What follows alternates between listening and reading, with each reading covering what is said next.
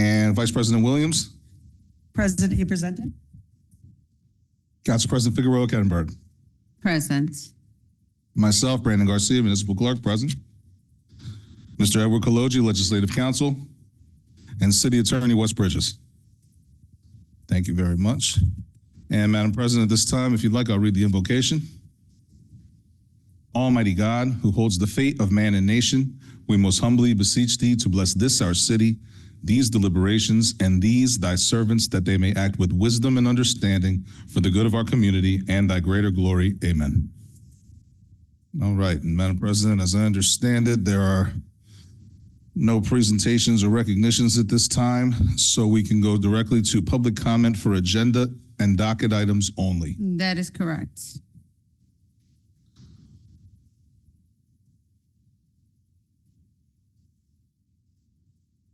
All right, thank you.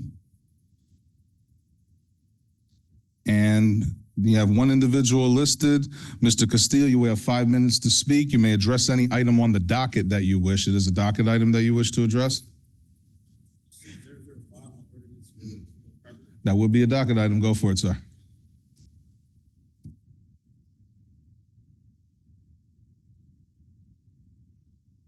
State your name and address for the record. Thank you. Hi, my name is Vladimir Castillo, live at 310 Maple Avenue. I just wanted to present myself and just tell you a little bit more about me and the development I've undergone within the last 3 years or so, 4 years, since I've been coming here and speaking. At this moment, I feel as though I deserve this opportunity for several reasons. One, I went to college, studied finance at Lehigh University after graduating from Trenton Central High School in the top 10 of my class. And the reason why is because I feel like most people, they go and they leave Trenton and they never want to come back, and they see it as like a place that's an impasse. Rather, I see it more as, a catapult, a trampoline, a place where, I don't have to start over. I can kind of continue the path that I've been on my entire life. And just to give you a little bit more about my background professionally, I'm a public works contractor as well as a federal contractor. I'm a licensed HIC contractor, so a home improvement contractor, and I'm also a registered commercial contractor with the city of Trenton. I've been able to do various projects with the TURP program in the city of Trenton, as well as assist many clients with receiving ARP funds and being the contractor for most of those projects. And we've been able to successfully, over the course of the last 3 years, complete over 30 different projects, ranging from grant-funded projects to the private side as well. I just wanted to say thank you for even considering this ordinance, and I just wanted to say God bless America, and thank you. Yes.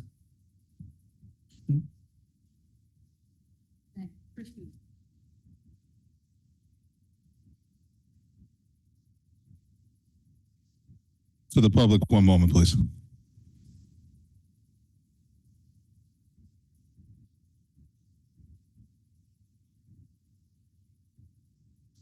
Okay, moving on. At this time, Madam President, if you would like, could you ask for a motion to approve minutes of January 20th, 2026? Yes, may we have a motion? So moved. Second. Roll call. Councilwoman Edwards? Yes. Councilwoman Feliciano? Yes. Councilwoman Frisbee? Yes. Councilwoman Gonzalez? Yes. Vice President Williams? Yes. Council President Figueroa Kettenberg? Yes. Motion carried. And Madam President, if you want to ask for a motion to approve communications, petitions, and reports. We have a motion to approve communications, petitions, and reports, please. Roll call. Council President, Yes. I wanted just to check on, where is it, 2B. I think that the name, is that the correct name, Jason P. Woodland, or is that Mr. Woodhead? We can check quickly. Moments. 2B petitions, it might even be in the middle. Was that an error? Is it Woodhead? It is Woodhead. Thank you. Okay, Mr. Garcia, can we do an amendment? We Do the roll call? I believe we can change that. I'll ask to the attorneys, do I require a motion to amend? Okay. Thank you. Can I have a motion to amend 2B? So moved. Second. Thank you. And those moved by? It was so moved Council by. President, Council and President second, thank you. Gonzalez. Thank you. Roll call. Councilwoman Edwards, Yes. Councilwoman Feliciano, Yes. Councilwoman Frisbee, Yes. Councilwoman Gonzalez, Yes. Vice President Williams, Yes. Council President Figueroa Kettenberg. Yes. Thank you. And with that being said, if you want to ask for a motion to approve communications, petitions, and reports this evening. May we have a motion to approve with the amendment? So moved. Second. Yeah. Roll call. Councilwoman Edwards, Yes. Councilwoman Feliciano. Yes. Council President? Yes. I'm sorry. Councilwoman Gonzalez. I know we're in the middle of a vote. Can I just ask Director Bridges? I know this is, it says a tort claim, but are we actually in litigation? Is that or is it just a motion for 2B? The tort claim is just a statutory requirement that someone has to serve on a government entity before they can actually file suit. They essentially give notice as to what they're claiming, and then they have to wait a 90-day period before they can file a complaint. So it's not litigation, but it's an indication that litigation is coming. Okay, so I should ask you about it afterwards? Thank you. Sure. I'm sorry. May we proceed? Councilwoman Frisbee, Yes. Councilwoman Gonzalez, Yes. Vice President Williams, Yes. Council President Figueroa Kettenberg. Yes. Motion carried. And that brings us to old business for ordinances for second reading and public hearing. Proceed. Ordinance 26-005, ordinance authorizing the sale of city-owned property commonly known as 340 Rutherford Avenue and identified on the city tax map as block 4403, lot pursuant to NJSA 481213C, to Vladimir Castillo for the sale price of $12,500. Are there any members of the public that wish to speak to this ordinance at this time? Hearing none, Madam President, if you want to ask for a motion to approve. May I have a motion to approve? So moved. Second. Thank you. Roll call. Councilwoman Edwards, Yes. Councilwoman Feliciano, Yes. Councilwoman Frisbee, Yes. Councilwoman Gonzalez. Yes. Vice President Williams, Yes. and Council President Figueroa Kettenberg. Abstain. Noted. Motion carried. Ordinance 26-009, ordinance authorizing the sale of city-owned property commonly known as 408 and 440 Walnut Avenue and identified on the city tax map as block 26602, lots 30 and 14 pursuant to NJSA 481213C to Napoleon Pitts for the sale price of $23,650. Are there any members of the public that wish to speak to this ordinance at this time? Seeing none, Madam President, if you want to ask for a motion to approve. May we have a motion to approve? So moved. Second. Madam President, Yes. I just have a, Councilwoman Frisbee. so I just have a quick question about actually these 6 ordinances. I know we've already passed one, but I just want to know, I know that we pulled a lot of these because we were far behind. I want to make sure, do we have the proper staffing right now to move with a proper turnaround time? Have we increased our staffing? Where are we right now with our staffing? Yes. Just saying. Good evening, council. Good evening. We did hire one individual to go through the applications, and just so you know, we made sure there were no other applications that were possibly older for any of these properties. Thank you. So you're taking my question, my next one that I'm about to ask you. So that's excellent. So what is the average turnaround time should most people, when they are now going and getting these properties and we say, yes, you can get them, what are we looking at with turnaround time? Well, the timing also has to do with the scheduling to get into the property. We're getting the applicant in so that they can get their quotes, and also so that inspectors can conduct their inspections. So on an average for these particular ones, we were able to get this accomplished within 2 weeks. In 2 weeks. Okay, that's excellent. Okay, thank you. Appreciate you. Yes, ma'am. Certainly. We were at roll call. Councilwoman Edwards? Yes. Councilwoman Feliciano? Yes. Councilwoman Frisbee? Yes. Councilwoman Gonzalez? Yes. Vice President Williams? Yes. Council President Figueroa Kettenberg? Abstain. Noted. Motion carried. Ordinance 26-10, ordinance authorizing the sale of city-owned property commonly known as 444 to 446 West Hanover Street and identified on the city tax maps block 2301, lots 3 and 2 pursuant to NJSA 481213B5 to Robin S. Washington for the sale price of $2,000. Are there any members of the public that wish to speak to this ordinance at this time? Seeing none, Madam President, if you want to ask for a motion to approve. May we have a motion to approve? So moved. Thank you. Roll call, roll call, Councilwoman Edwards, Yes. Councilwoman Feliciano, Yes. Councilwoman Frisbee, Yes. Councilwoman Gonzalez, Yes. Vice President Williams, Yes. Council President Figueroa Kettenberg. Yes. Noted. Motion carried. Roll call, ordinance 26-11. Ordinance authorizing the sale of city-owned property commonly known as 468 Riverside Avenue and identified on the city tax map as block 3103, lot 25, pursuant to NJSA 481213C to Kim Moore for the sale price of $20,000. Are there any members of the public that wish to speak to this ordinance at this time? Seeing none, Madam President, if you want to ask for a motion to approve. May we have a motion to approve? So moved. Second. Roll call, Councilwoman Edwards, Yes. Councilwoman Feliciano, Yes. Councilwoman Frisbee, Yes.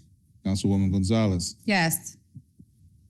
Vice President Williams, Yes. Council President Figueroa Kettenberg. Abstain. Noted. Motion carried.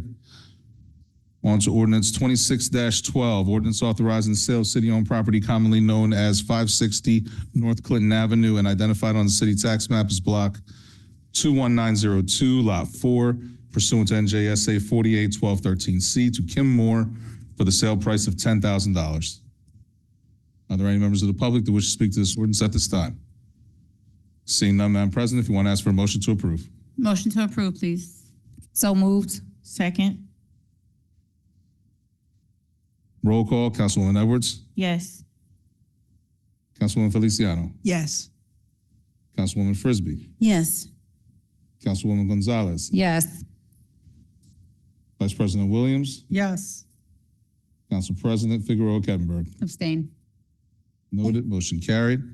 Ordinance 26-18, ordinance authorizing the sale of city-owned property commonly known as 16 Murray Street and identified on the city tax map as block 2605, lot 26, pursuant to NJSA 481213C to Ramon Jimenez for the sale price of $13,000. Are there any members of the public that wish to speak to this ordinance at this time? Seeing none, Madam President, if you want to ask for a motion to approve. We have a motion to approve. So moved. Second. Roll call, Councilwoman Edwards, Yes. Councilwoman Feliciano, Yes. Councilwoman Frisbee, Yes. Councilwoman Gonzalez, Yes. Vice President Williams, Yes. Council President Figueroa Kettenberg. Abstain. Motion carried. Ordinance 26-19, ordinance rescinding the sale of city-owned property previously authorized to Luis Pesantes and Rene Reyes for the pursuant to ordinance 25-054. Are there any members of the public that wish to speak to this ordinance at this time? Seeing none, Madam President, if you want to ask for a motion to approve. May we have a motion to approve? So moved. A second. Roll call, Councilwoman Edwards, Yes. Councilwoman Feliciano, Yes. Councilwoman Frisbee, Yes. Councilwoman Gonzalez, Yes. Vice President Williams, Yes. Council President Figueroa Kettenberg. Yes. Motion carried. Ordinance 26-20, an ordinance amending ordinance 25-148, which created the position of Economic Development Representative 4 for the Department of Housing and Economic Development, Division of Economic Development. Are there any members of the public that wish to speak to this ordinance at this time? Seeing none, Madam President, if you want to ask for a motion to approve. May we have a motion to approve? So, second. I'm sorry, that was moved by whom? Edwards. Thank you. And the second? Frisbee. Thank you so much. Roll call, Councilwoman Edwards. Yes. Councilwoman Feliciano. Yes. Councilwoman Frisbee. Yes. Councilwoman Gonzalez. Yes. Vice President Williams. Yes. Council President Figueroa Kettenberg. Yes. Motion carried. Ordinance 26-21. Ordinance authorizing the conveyance of city-owned property located on South Broad Street and identified on the City of Trenton tax map as Block 16308, Lot 8, pursuant to the County of Mercer, NJSA 4812-13-4, compensation $42,800. Are there any members of the public that wish to speak to this ordinance at this time? Seeing none, Madam President, if you want to ask for a motion to approve. May we have a motion to approve? So moved. Second. Roll call, Councilwoman Edwards. Abstain. Noted. Councilwoman Feliciano. Yes. Councilwoman Frisbee. Yes. Councilwoman Gonzalez. Yes. Vice President Williams. Yes. Council President Figueroa Kettenberg. Yes. Motion carried.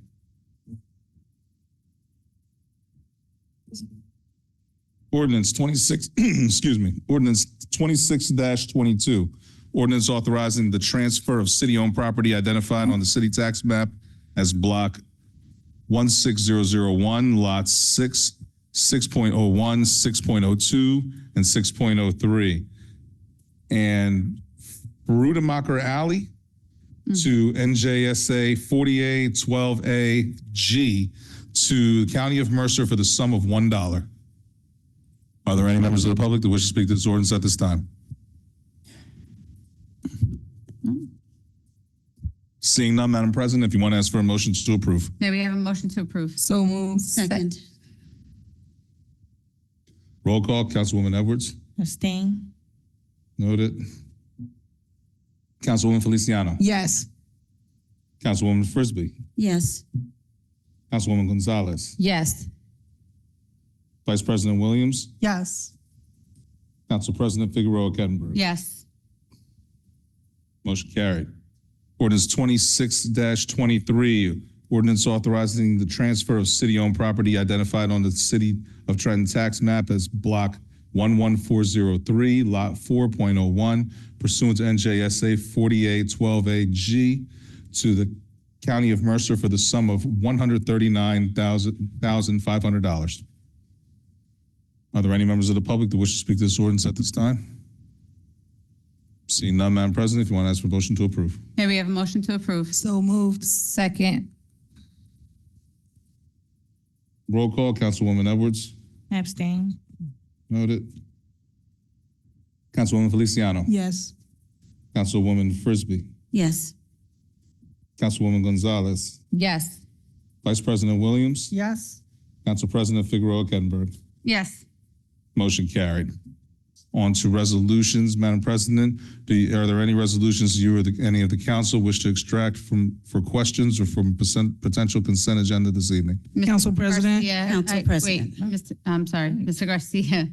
I'd like resolution 26-93 to be pulled. Pulled, certainly. Yes, thank you. Council President. Councilman Feliciano. Thank you. 26072 and 26073. Council President. Yes, ma'am. 26-084, 085, 086. 26-089. Okay, thank you. Council Yeah. President, Councilman Gonzalez. just 26081 and 2690. 090. 090. Thank you. Oh, right. Council President. Yes, Councilman Feliciano. I'm sorry, 26 Oh, no, I think I gave it to you. Never mind, I got it. Okay. I'm sorry. Councilwoman Edwards? Are we hearing from any of the people that are being requested to appoint to the Trenton Historic? No, ma'am, they've already been appointed. So they're Okay. being reappointed, yes. Okay, for which one? I don't have any other questions. Okay, perfect. Thank you. All right. Councilman Feliciano, 26072. Thank you, Council President.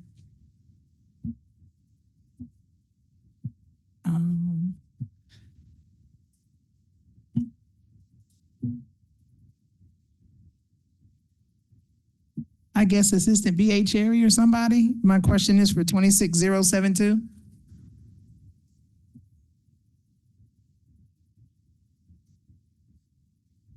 Good evening. Hello.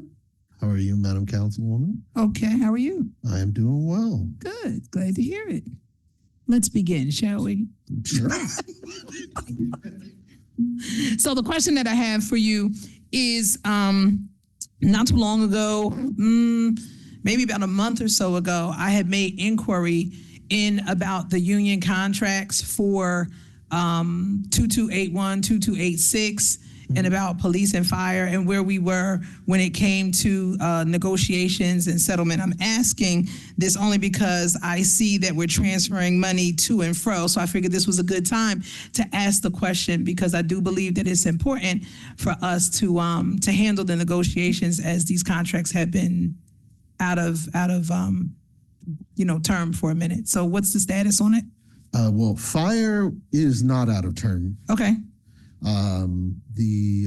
Or rather, they are just out of term for Right. 25.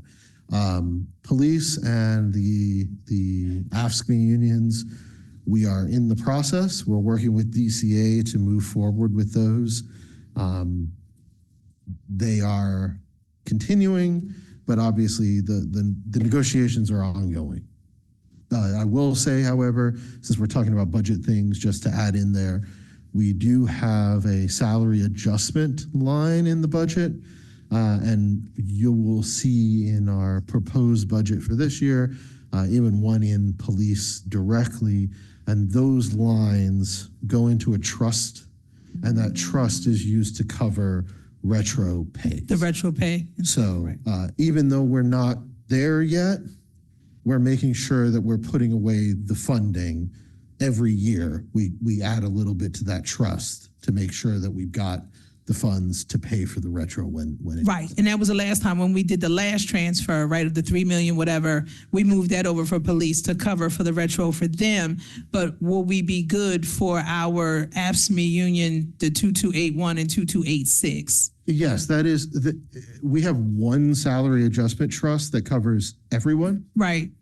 We expect to be, obviously, I can't make any commitments until we've completed those negotiations, but we expect that we will be covered. Okay. So you said that you're back DCA, you're working with them on it. So have they been the holdup with this? Like what has been the holdup with the negotiation process? I wouldn't say that there's a holdup. Okay. It's just a process. So there are parts of the negotiations that we're all still working out. But Okay. it is a conversation that is ongoing. Okay. It just includes DCA. So there's a bit more Right. moving parts than with a lot of negotiations. So. Right. Okay. And so the concern was, like I said in the email that I sent, the expiration time of them and then how we are here now. Right. And so I know that negotiations are something that's always touch and go as we move along because it's a negotiation. But I do want to formally go on record to say that we do need to make sure that we look out for our employees. And that's not just because of the time of year it is because it is the right thing to do. I've always advocated, along with my council colleagues, for our employees to get their just due. So we look forward to the outcome of this and these contracts being worked out and settled accordingly. And I'll just leave that at that. Thank you for answering that question. I completely agree. Thank you. Consent, Councilwoman? Yes, consent. Thank you, Thank you. Council President. Mr. Garcia, at this point in time, I do understand that there are 3 individuals here from the Trenton Historic Preservation Commission that were appointed. I would like to allow them to just introduce themselves. Okay. Okay, so What time would you like to do that? I would like to do that right now before we Okay. continue with the resolution questions, Understood. if that's okay. I understand that there is a Carol Rogers, a Tom Phillips, and Merkle Cherry that are here this evening. So can we call them up in that order, please? Certainly. Ms. Thank you. Rogers? Good evening. Good Good evening. evening. Just introduce yourself and let Carol me know. Rogers, 912 Berkeley Avenue, Trenton, New Jersey. Very happy to be nominated for reappointment. Thank you. Thank you, Ms. Rogers. Thank you for being here this evening, and thank you for your service. Mhm. Thank you. Good.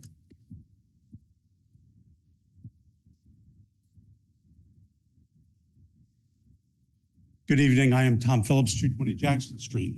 Good evening, Tom. Good evening. That's it? Quick, that's it. Okay. Thank you so much for your service. Thank you for being here this evening. Yeah, they're being recently. No, they're being appointed. Good evening. I am the Merkle Cherry. I thank you for the opportunity to serve on the Landmarks Board again, and I appreciate the opportunity to work to not have the historic fabric of the city of Trenton compromised. So thank you. Thank you, Mr. Cherry. 1 second. Certainly. And Madam President.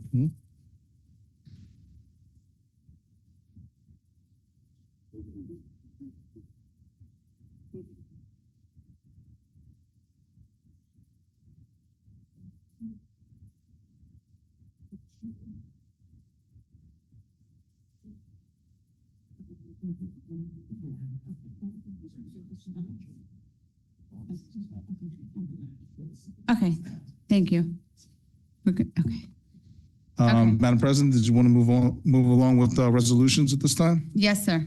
Okay, and can I take this opportunity, Madam President, just to alert you to 2 walk-on resolutions this evening? They're labeled number 98 and 99. You should have copies of them in front of you, Council. And Madam President, if you want me to read those, would you like me to read those titles, or if you'd like to? Yeah, you can read the titles, Ms. Garcia. Certainly.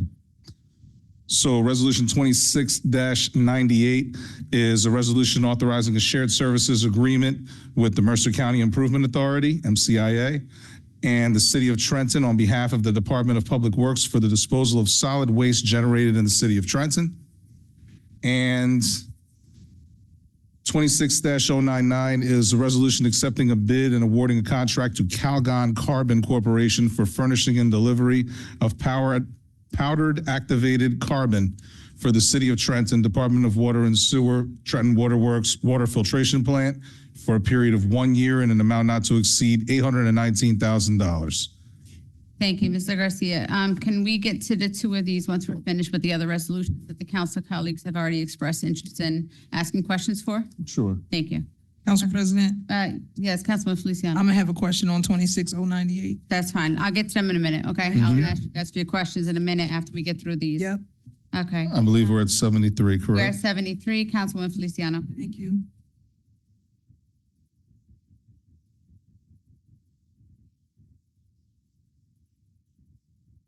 Hello.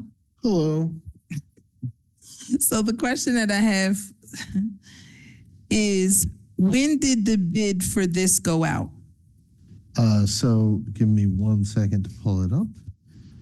This bid was, competitive contract was posted on December 16th, 2025, and was opened on January 9th, 2026. So we posted it up, and then, so it was December 16th, Correct. the holiday time came. And then January 9th. So when we post this stuff, like where are we posting it at? Like, are we doing like a broad search for this? My only question is, I Sure. ask this all the time. we've been using Mercadian for like forever, and it's no slight to them or anything like that, but how many years has the city been using them to do the audit work? It's like 9-10 years, right? Something like that. I don't recall, but that seems accurate. Right. So why are we not getting other bids from other people? Like the time that we put the bid out, it seems like a short period of time. It's the holidays. Like I said, people are moving around, the new year and everything. And I only asked because when I was employed at the comptroller's office, I wrote the report about the rotation of audit firms and the use and the like and everything like that because of the familiarity and just certain things, right? So how come, do we feel like it really is a long enough time to advertise? Are we advertising broad and wide for this and really nobody else? I mean, I know we said it was just one that came in, but I'm wondering if it's due to the timing that this went out and everything, and where exactly are we advertising that we always only get Mercadian for 10 years in a row? Well, I will say, while we did only get Mercadian this year, it is not the case that we always only get Mercadian. We do at times get other respondents, but so far we haven't seen any that were in the price range and competitiveness of Mercadian. This time, I don't think it was the posting time. Usually, obviously, I can't know what the universe was like, but usually if a company feels that the duration is too short or it's an inconvenient time, they will, and obviously it's up to us whether we want to accept this or not, but companies do reach out to us on other proposals and say, hey, this is not enough time for me, or hey, I'd love to apply, but this is not the right time of year. And in those cases, at least we know that there's interested parties and sometimes can adjust our schedule. We, to my knowledge, did not get any such outreach on this. All I can say is that we do have people on our distribution list. We post it to the website. If anyone, what council members or members of the public knows anyone that might be interested, we absolutely encourage reaching out to our division of purchasing, going on our website, register. We would love to get more responses. More responses is, from my perspective, the more responses we get, the better. But it just hasn't manifested additional interested parties. It may be just that, we're a municipality that's under oversight from the DCA, which complicates the way that the audit gets handled, and it can be a burdensome process. I know that they're going to work from where other municipalities might be a lot faster of a turnaround. Mercadian's going to probably be working from now until September on this audit, and other entities may just not have interest in devoting that level of personnel to this project.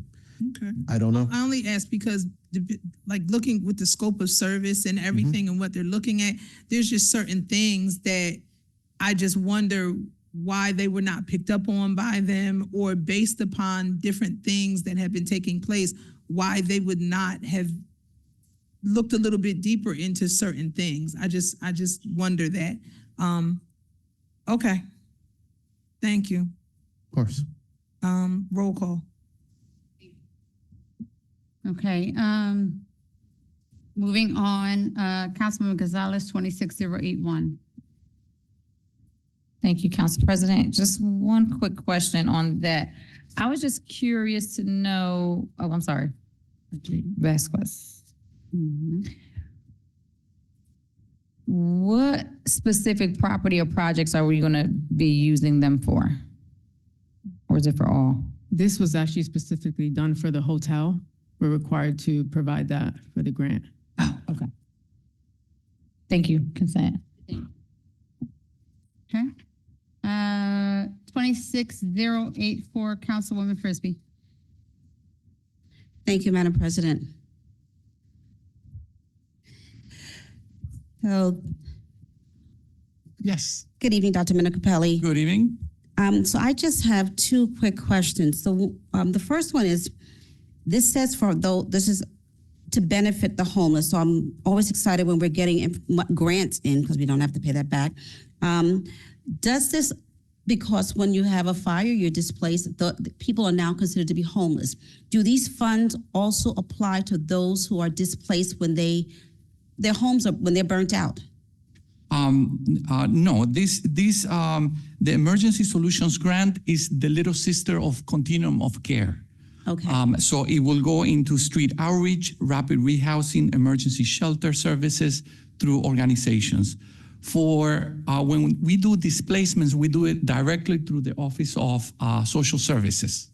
All right. So, and I asked the question because I did see in here Catholic Charities, and I know they have been helping at times as well with those who are displaced.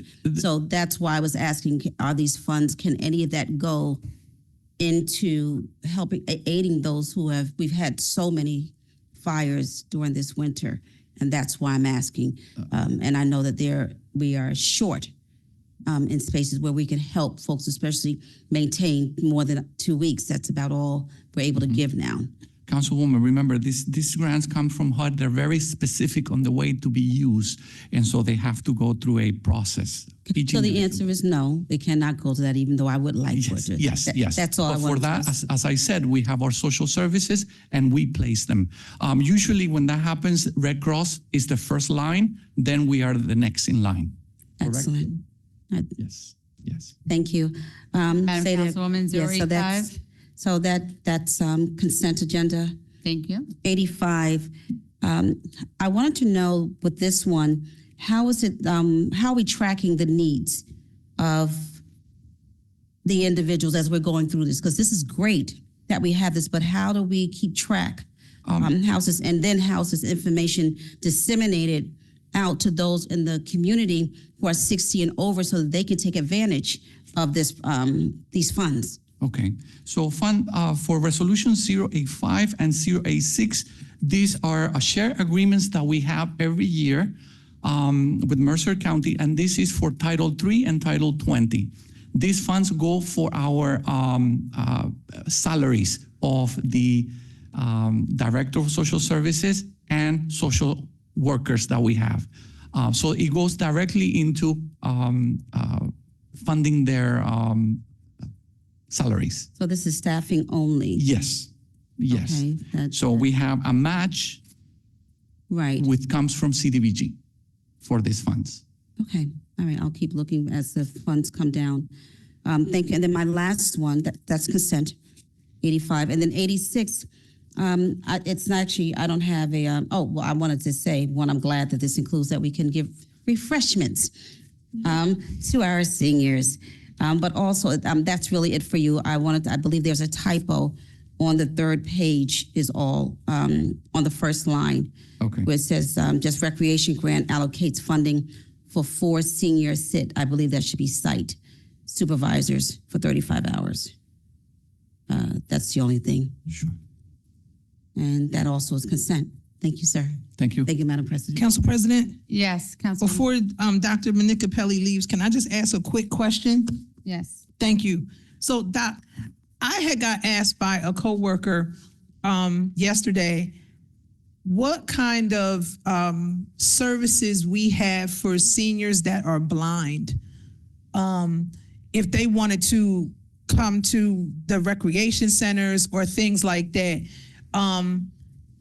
Is that something we would consider implementing? Have we thought about that? And if not, is that something that we can put on the radar? Because basically, I mean, and she was asking for, I guess, a relative or a friend that maybe would want to just come and get out. Just because they cannot see doesn't mean that they don't want to participate. Yes. But what would we have in place that could assist them? Even if we were looking like from a liability standpoint, I don't know, but if they had like a caregiver that came with them, if that was the requirement or something, if we don't do it already, maybe we could look into expanding services, because there are people out there that asked for it. And now that somebody came and actually asked for it, I was like, wow, that was never on my radar. But So what are your thoughts? Yes, Just real that quick is on a that. great suggestion. We want to expand the services for senior services. Actually, we have now a new coordinator for the Office of Aging, Miriam Vargas here. So she's trying to implement new services, new protocols for the seniors, and of course, programming. Definitely, this is something that we can explore. Definitely. Thank you. So when we have the first senior citizen advisory Yes. meeting, then that could be something that we could possibly explore and think about. Sure. Thank you so much. No Thank you, Council President. You're welcome. Madam President, Yeah, I'm sorry, yes, there was just one other typo on that same page. It says seniors extra use, and I believe it should say seniors exercise. And that is in the first paragraph, second to the last line. It says towards $9,450,000 towards seniors. That should be exercise, I believe.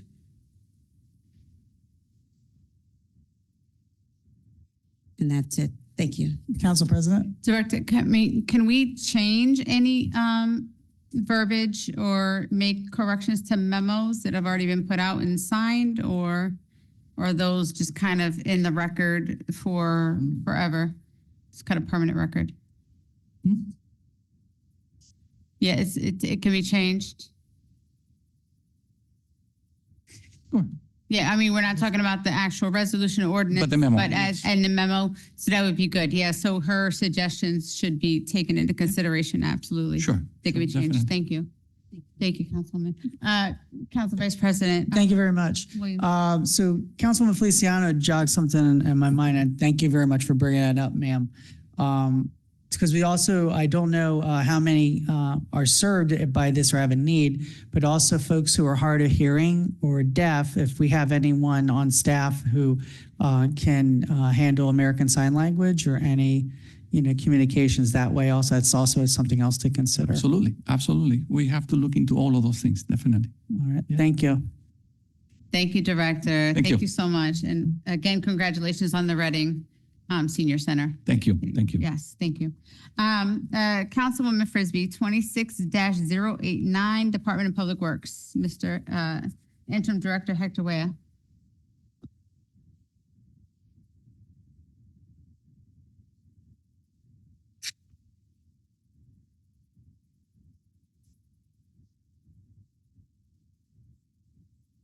Hello, Council.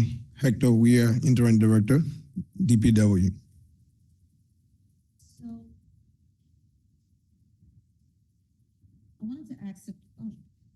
Wanted to ask the question, how are our levels right now with supplies when it comes to the salt that we do have here right now, being that we've had such a harsh winter? That's the first question. Well, since January, as you may recall, we have had 2 snowstorms back to back that depleted our entire stock that we had. We do have 1,600 tons order of molten salt that has not been delivered yet. That's not an issue with the department itself, but that's an issue across the state as a whole. So we have reached out to them, and they responded that as soon as the ice on the Delaware melts, we should be receiving some salt. Excellent. Thank you. And then the final thing, I just wanted to commend you and your team on a job well done. You guys did a phenomenal job. Thank you. There are those who will still complain. Everybody will never be satisfied. But I was actually out there taking videos of your guys. They're just taking and moving and dumping. And I know we even ran out of place to actually dump it, but every call was tended to. I want to thank you for your courteousness, because there were people who were not kind when some folks showed up. And I just want to say you and your team, you did a phenomenal job. Thank you for your due diligence. Thank you for acting in a way that complements what the city, our capital city, represents, and that is excellent. So thank you again. All right. Councilwoman, is that consent? Yes, consent. Thank you, Council. Councilwoman. Thank you, everybody as well. Stay right there. All right. I echo her sentiments. Thank you very much. I know I did post something today that, Newark did not do so well, and I actually commended how Trenton did on these 2 snowstorms. So thank you so much. Moving forward, I know Councilman Gonzalez has a question for 26090. Really quickly, I just want to say that I had a question about, I know there was an order for purchase of the resolution spoke to a purchase of 2 machines, but the invoice had 1 machine listed. I was told that was revised. Can you just speak to that? Because the invoice only had 1 machine listed for the 140,000, but the resolution spoke to 2. All right, so this not a resolution to purchase, it's just a resolution to maintain these machines. So last year we paved about 75 roads. So after paving these roads, our milling machine and our paving machine usually have to go through a maintenance period. So Jesco is on the Mercer County Co-op, and they are a specialized vendor that handles those machines. So that's what all this is all about. Right, but the resolution spoke to maintenance of 2 machines, but the invoice spoke to 1. That's why I was told that it was revised. I just want to make sure, was that, was that an error, or, what are we talking about? I don't think that was an error, maybe because it's one vendor maintaining both machines. So probably that's why the invoice is just 1. Hold on, let me just pull the resolution really quickly, just to be sure. 90.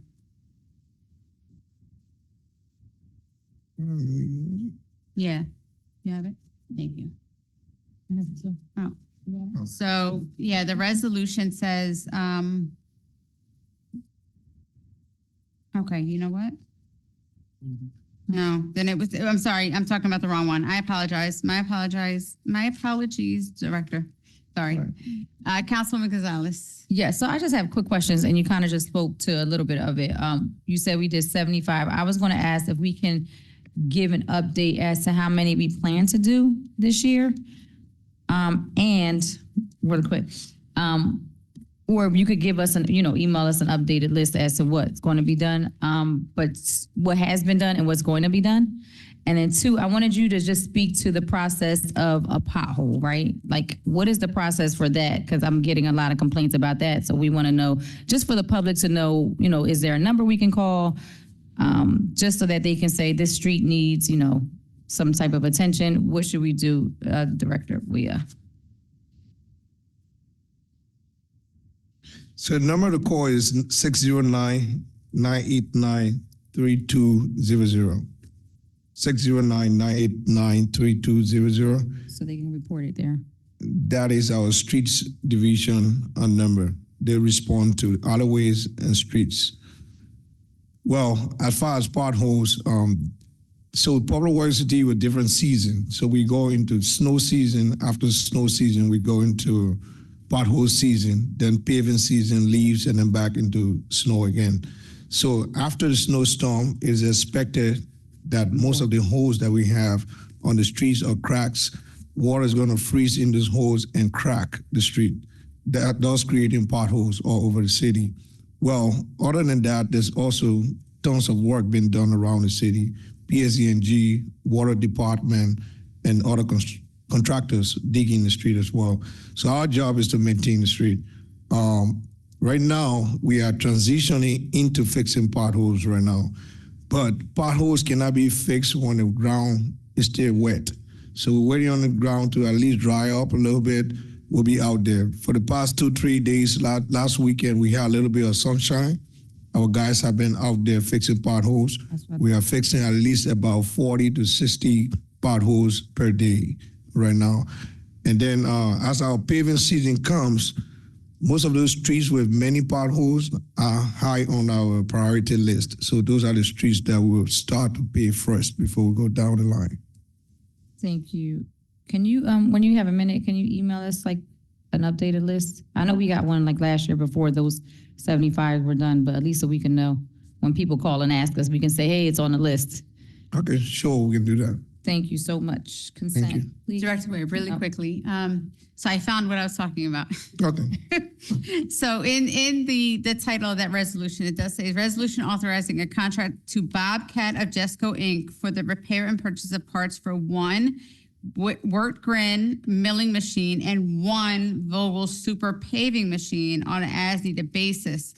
So that to me sounds like two separate Two, machines, right? two But then separate. when you look at the invoice, it does say quantity one, service repair paving equipment for $140,000. So that was where my concern was. It should be two. It should be Shouldn't two. be one. Okay. Yeah. So Council President, yeah, was it changed? I'm sorry, Yeah. not to cut you off. In the description, it says service repair paving equipment, repair and purchase of parts for one Grin milling machine and one Vogel paver machine, $140,000. So I would think it would need to be. So Council, to your point, yeah, that was changed, and that was my Yeah. request to make a change in DACA review. I don't have that, so thank you so much. it's Yes. here. Yeah, Yep. this is the original, as you guys can see. Yes, thank you so much.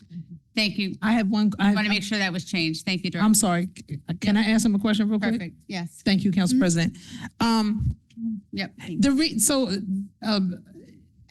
What are you, the acting director? Interim director? Intern. Okay, hey, interim director. So, with regard to all these potholes that we get, right? Are we using the right material to fill the potholes? Because like they last a while in some places and then they're faulty again. Like, is the problem the fact that we're not buying the very best pothole filler stuff to make it right? Like, why do we have to keep doing this? Like, it's all over the city. I mean, and I get it and things happen, right?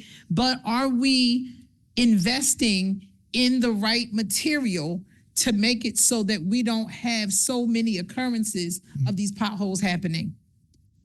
So council,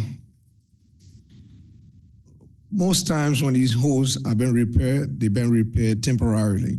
So- Temporary fill. So yes, what do we temporary do fill. So to get it permanently filled? So when the hole is repaired temporarily, it takes 3 months to come back and do permanent repair. So what happens is we cannot control who digs in the road as far as the lead program, PSE&G, and other utilities that have to dig on an emergency basis. Now, when they put down temporary cool patches and all that, then the snowstorm comes. There's no way we could control that because the coal patch that is placed on the ground, they had to come back 3 to 4 months to come back and do that. Now, with our ample time to do that, it's hard for us to control it. All we're doing right now is just to do putting Band-Aids on those roads until those roads can be repaved. But a lot of them aren't being tore up by PSC and G and everybody. They're just tore up, period. So the question is, do you keep an inventory log of where you have put temporary patches and where you put permanent fixes? Yeah, we do. We do have periodic monthly meeting with PSE&G. We have monthly meeting with the water department. Last year, PSE&G complemented most of their work by paving most of Hiltonian last year because they dock in that road as well. The water department is doing so through their program, lead service line replacement. No, but I mean, not through them even. I'm talking about if I'm just riding through certain streets, they haven't dug it up. It's tore up. You put a patch on it. Are you keeping an inventory, or was under the former director before you? Yeah, we do keep inventory. Do you know where patchwork has been? Yes. And where permanent work is? Yes, because we gave road opening permits out to them. So they cannot dig in a road unless we know that they dug into the road. So we every have a record of pothole that. in the city is because somebody dug in it? No. Where water and PSE&G dug, most of the potholes in the city. No, I get it. I'm not even talking about We have PSE inventory water. on that. I'm talking about the regular year, the places that are just wear and tear in the road and the potholes have formed. Are we aware for those areas throughout the city of where Band-Aid fixes have been applied, so that way you know to go back and say, oh, on Greenwood at the light, that's the temporary patch. We have to go back and fill it with the appropriate material. And do we have the appropriate material so that when we go back and fill this stuff, it eliminates us having to constantly put Band-Aids on it? Do we need to spend a little bit more money on more appropriate material is the question. Because if we keep doing this, we're getting complaints constantly and pictures, and this is just, again, wear and tear on the roads. But if it's a matter of us buying and investing in the proper material so we don't have to keep band-aiding it, then maybe we need to look at that. Have we done that? Is Yes. that a possibility? Is that the reason? Yes, so we do have inventory of all the potholes in the city. But as of now, the snow that's melting right now, it starts to reveal new potholes. So what we're doing, we are having surveys all around the city as of 2-3 days ago, and we are jotting down every potholes in the city. We started to tackle them this going weekend, and we are continuing to work on them. So we have good material Yes. that will do more than just put a Band-Aid on these potholes. Correct. Okay, thank you. Council President, Councilwoman Edwards. while we're on the subject, I have a question, Director. Greenwood was just repaved just a few months ago.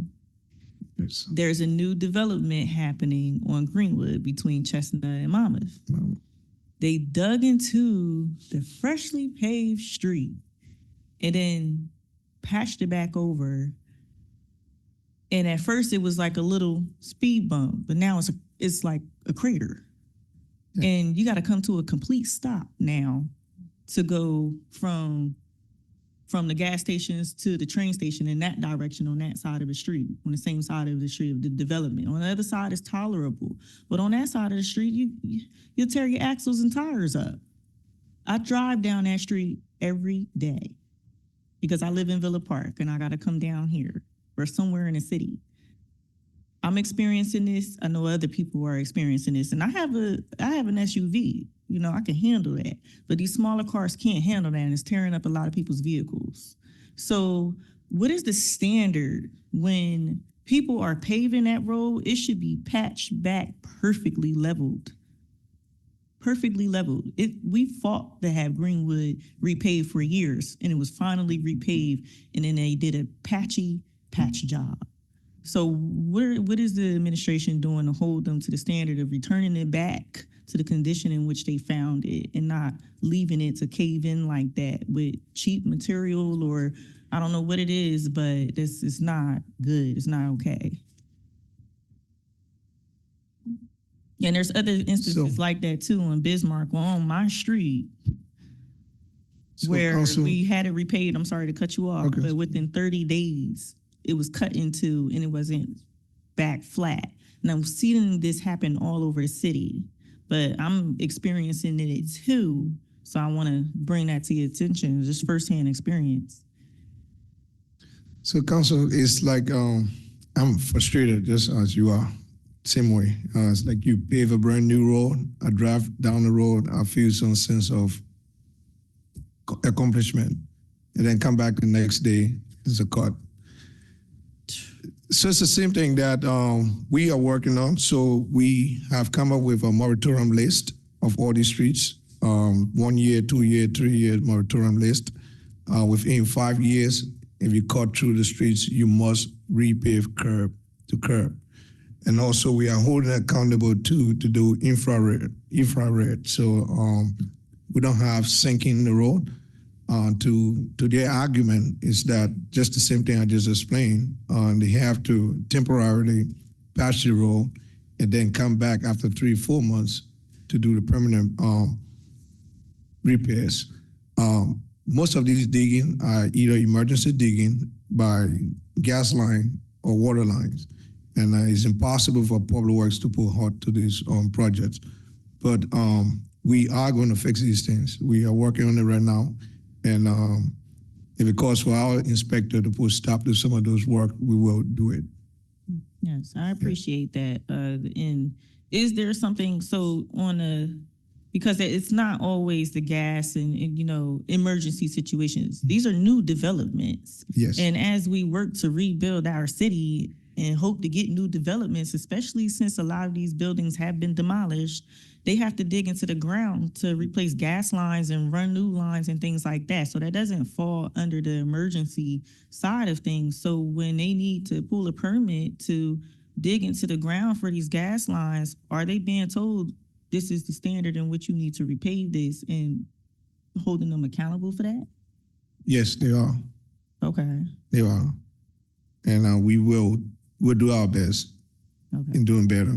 Is that a contract or something, anything written? Yes. Okay, Yes, we do have a moratorium list that we give them. And they know they have a standard, they have specs on what to do. They have certain level to compact. Sometimes the compaction is just not too well. And those are things that we're gonna hold them accountable to. so then what's the response when there's more moratorium and they repave it and then it's not up to standard? What's the response to that?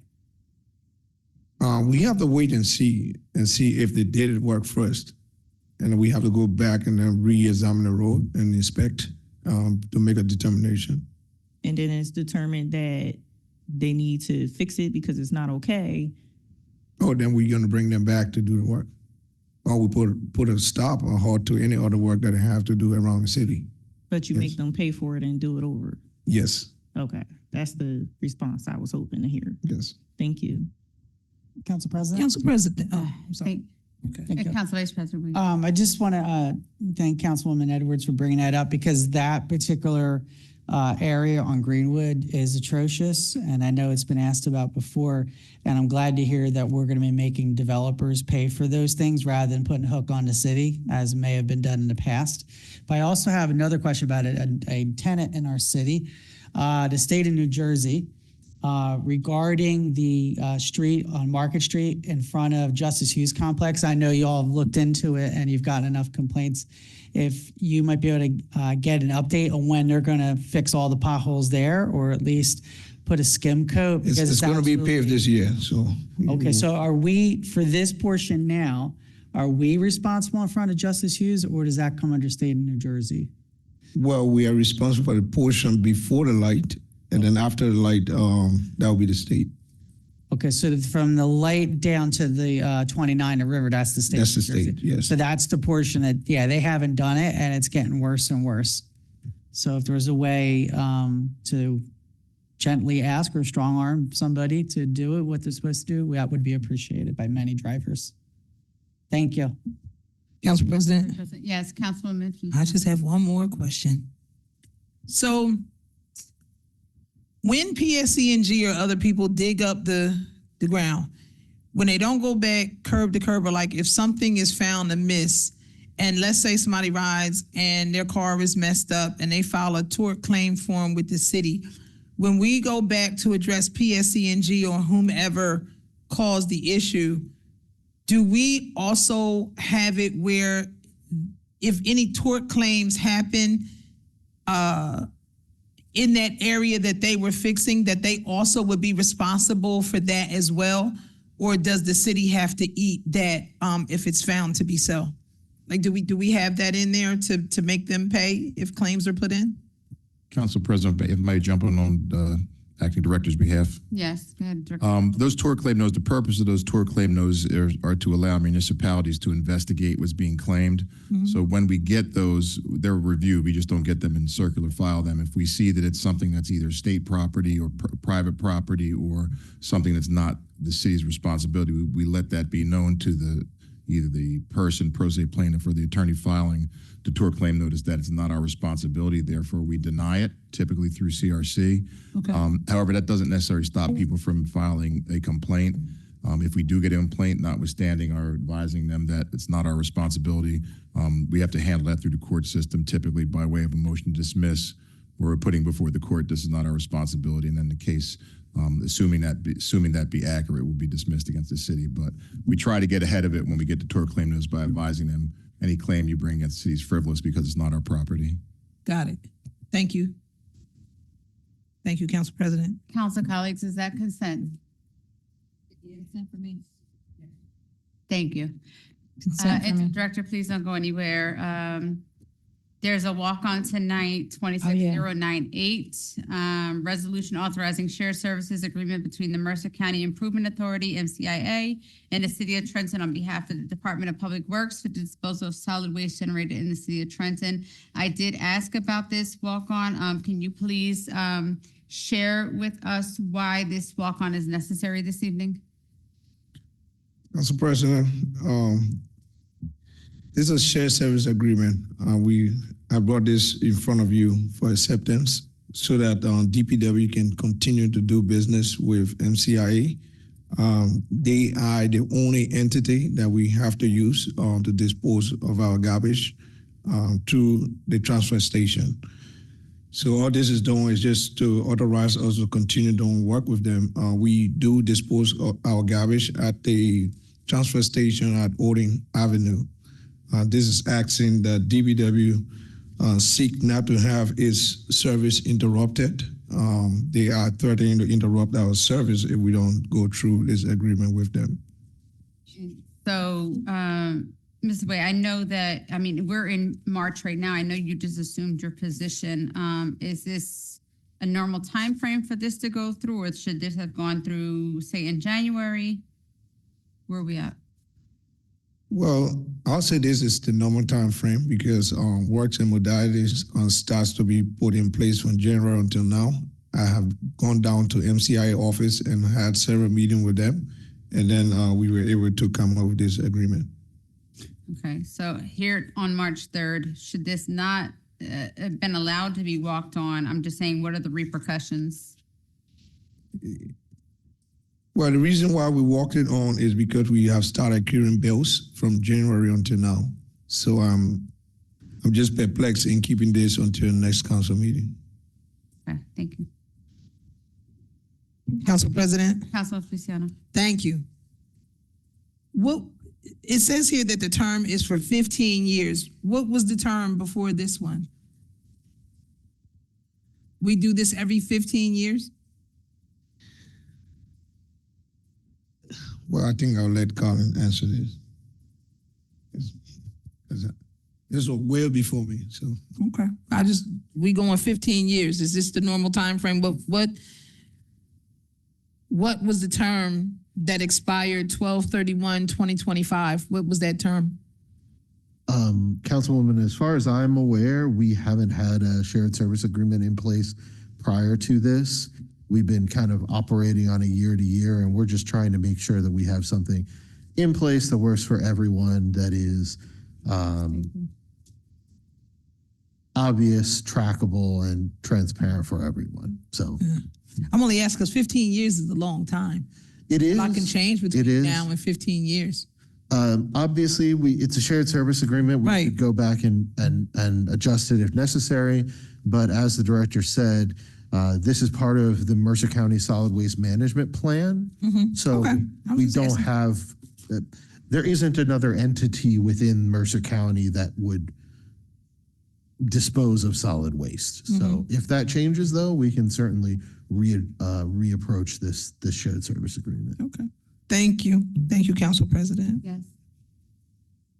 Anyone else? Okay. Thank you. Consent. Mr. Garcia, at this time also, we have another resolution walked on, 26099, which you already read into the record. Director Semple, can you please speak to why this is a walk-on and why this is necessary this evening? This came in the absolute final hour today. Good evening, Council President, Council members. Good evening. So carbon is a chemical that is mandatory for our process at the filtration plant. Also, if you saw earlier, we had an emergency appropriation for carbon. We tried to get this out in time, but within our bid specifications, we also advertised for an equivalent product. So one company reached out to us and they said they had an equivalent and they were testing this equivalent product.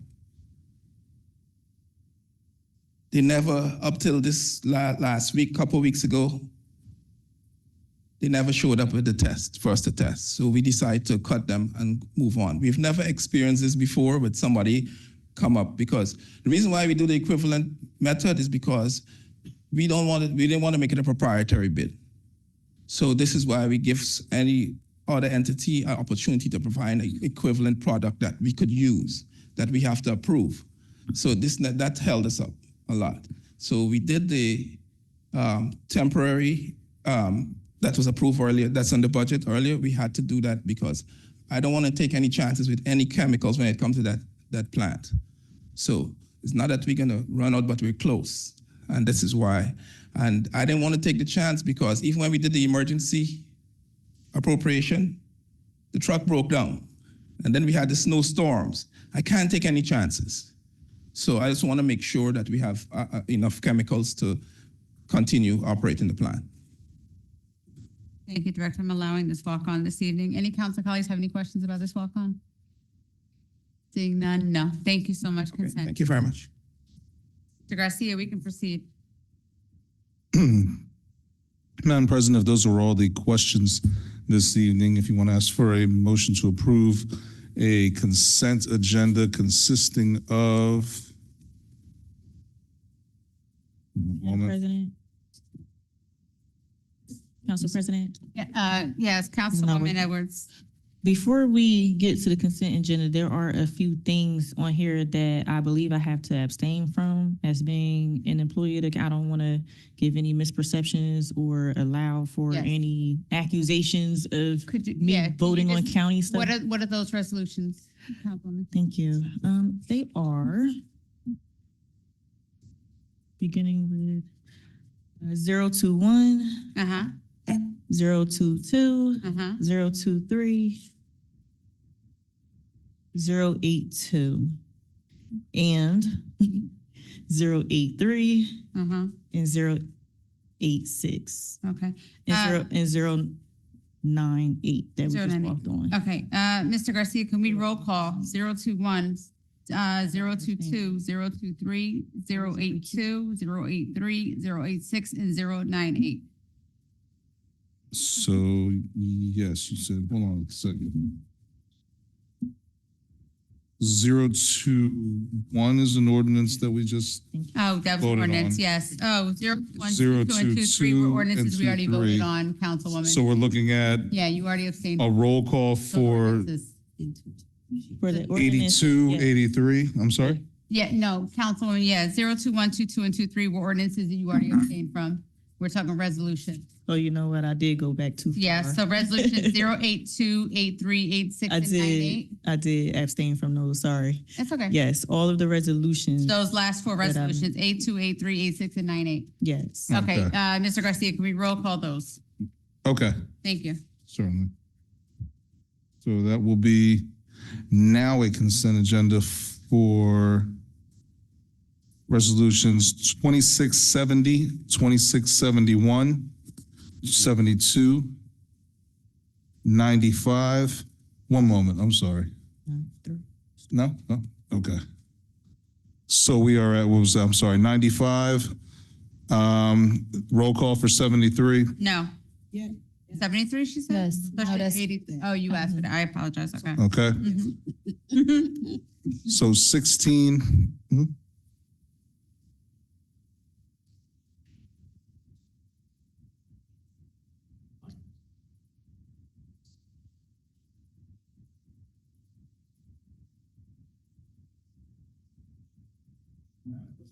Sorry. Yeah. Madam President, we can actually go forth with a consent agenda this evening, and Councilwoman Edwards would be accepting the consent agenda with the exception of abstentions from 82, 83, 86, and 98. Thank you. And Councilwoman Feliciano wants to roll call 073. Yes, of course. So to begin with, if you want to ask for a motion to approve a consent agenda consisting of all the resolutions with the exception of 73. Councilwoman Edwards, Yes, recusal, not you're abstention. recusing, yes, for the record, Yes. recusal. Okay, yes. Mr. Garcia, please proceed. So moved. Thank you. Second. Thank you. Roll call. Councilwoman Edwards. Yes. Thank you, with those exceptions, of course. Councilwoman Feliciano. Yes. Councilwoman Frisbee. Yes. Councilwoman Gonzalez. Yes. Vice President Williams. Yes. And Council President Figueroa Kettenberg. Yes. Motion carried. And for a roll call, resolution 26-073, can I have a motion to approve? So moved. Second. Thank you. Roll call, Councilwoman Edwards, Yes. Councilwoman Feliciano. No. Noted. Councilwoman Frisbee. Abstain. Noted. Councilwoman Gonzalez. Yes. Thank you. Vice President Williams Yes. and Council President Figueroa Kettner. Yes. Noted, motion carried. Moving us on to ordinances for first reading.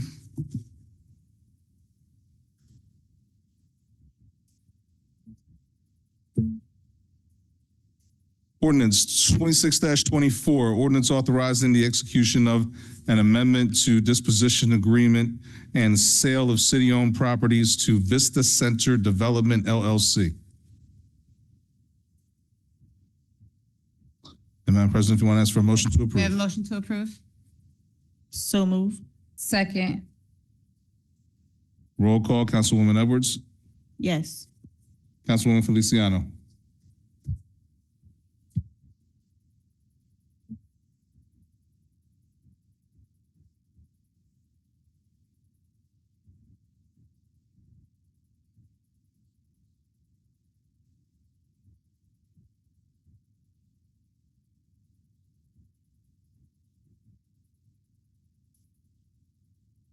Mr. Garcia? Can I Yes. ask a question, Council President? Yeah, really quickly.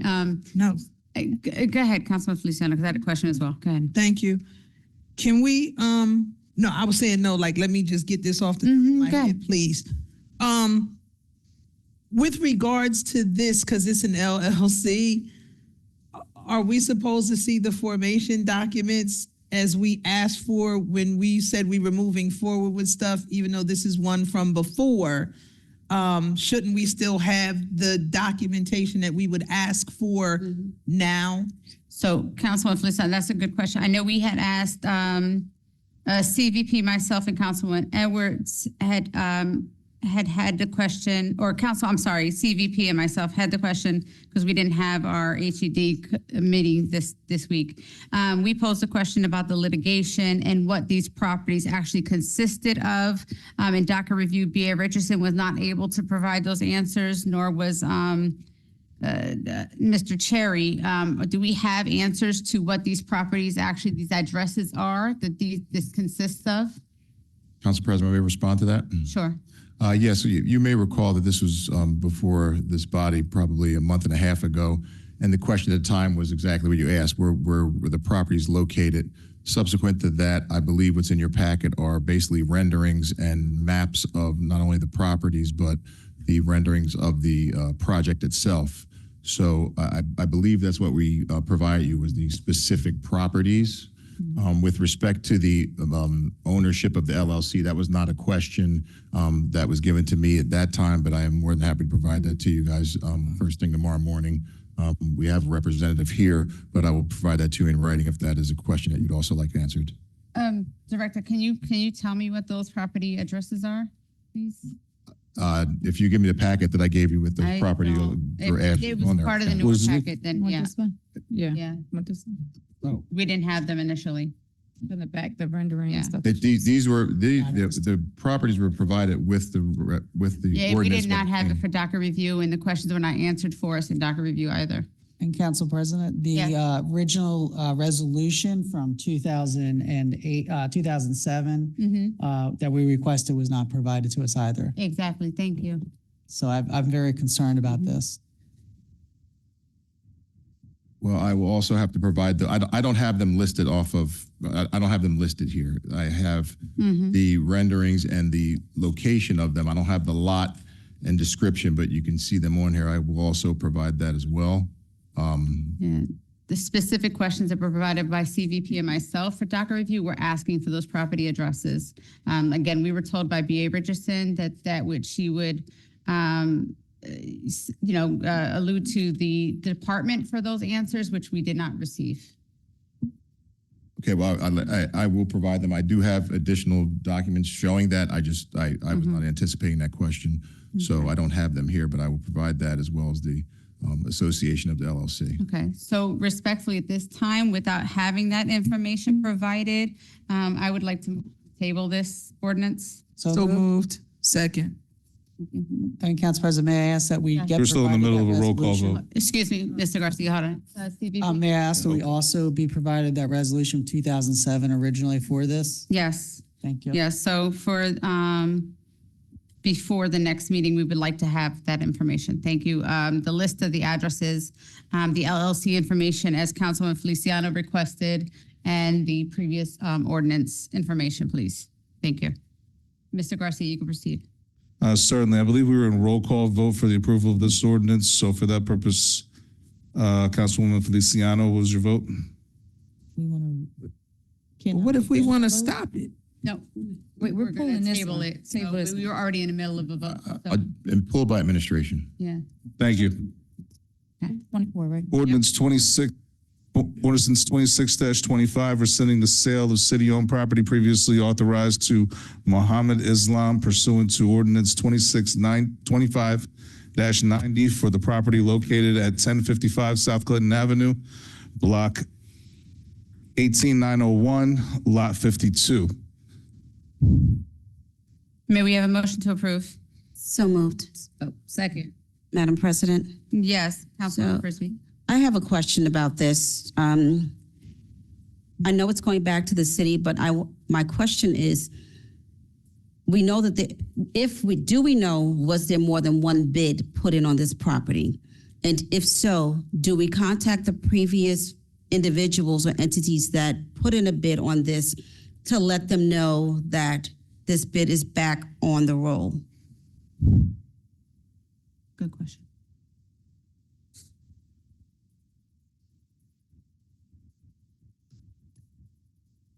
Good evening. Good evening. For this particular one, I do not know, but that is something that we will do first thing in the morning, actually after the second reading for this one.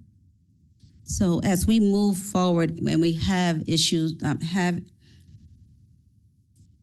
have these types of ordinances, these come up, will that be the standard procedure? Because we know that there were others who previously expressed interest in some of the other properties, and if they are not made aware, and it's now back on the roll, I want to just make sure that we're being fair to everyone. Those who first expressed interest in it, that they get first added in order to acquire the property. Yes, I view it as we're going to start the process over, but looking at the applications that are already on file. We're not going to put it out for the public to apply for it first. We're going to first go to the people who already applied for it. So if a sale gets rescinded, we'll go back to the people that already applied for the property. Excellent. Thank you. Council President, can I just say something Feliciano? real quick to Acting Director Vasquez. Vasquez? Hello, Director. Hello. Hi. So I just want to just say real quick, thank you for your willingness to work with the council on trying to get things straight. There was a misinterpretation before at a meeting of who I was referencing when I said about leadership when it came to HED. It did not in any way, my comments had nothing to do with you and you stepping up and stepping in to look to rectify what has been going on. And I just want to thank you for your willingness to listen and for you working with the council to try to set the standards so that we can eliminate some of the problems that we've had. And so I just wanted to say thank you to you for what it is that you do and for hanging in there and trying to get things straight. Thank you. Thank you, Council President. Thank you, Councilwoman. Okay, Mr. Garcia, can we please proceed? Certainly. I believe we're at roll call. Councilwoman Edwards. Yes. Councilwoman Feliciano. Yes. Councilwoman Frisbee. Yes. Councilwoman Gonzalez. Yes. Vice President Williams. Yes. Council President Figueroa Kettenberg. Yes. Motion carried. Ordinance 26-26.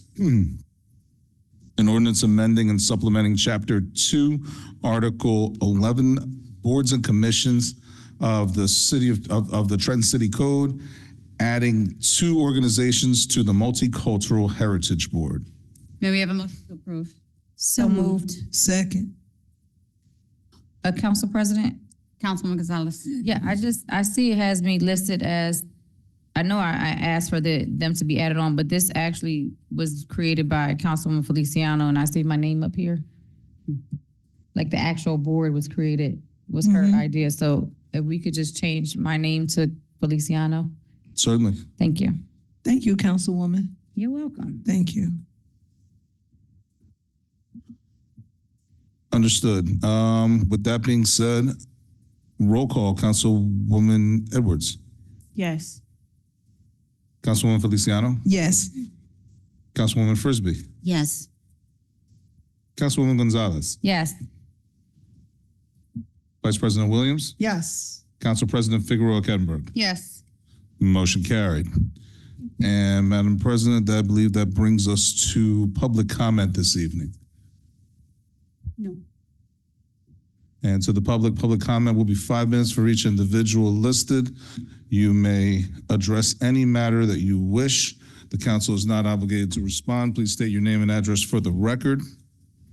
And first individual listed for public comment is Victor Irizarry.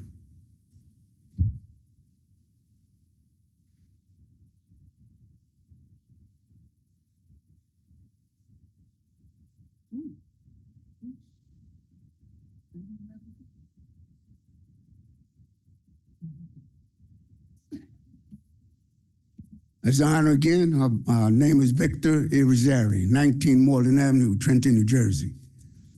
I'd like to address the article by L.A. Parker. He's on point. The only thing he doesn't do, and I believe when you bring something to the table, you should have a resolution or something to argue or debate.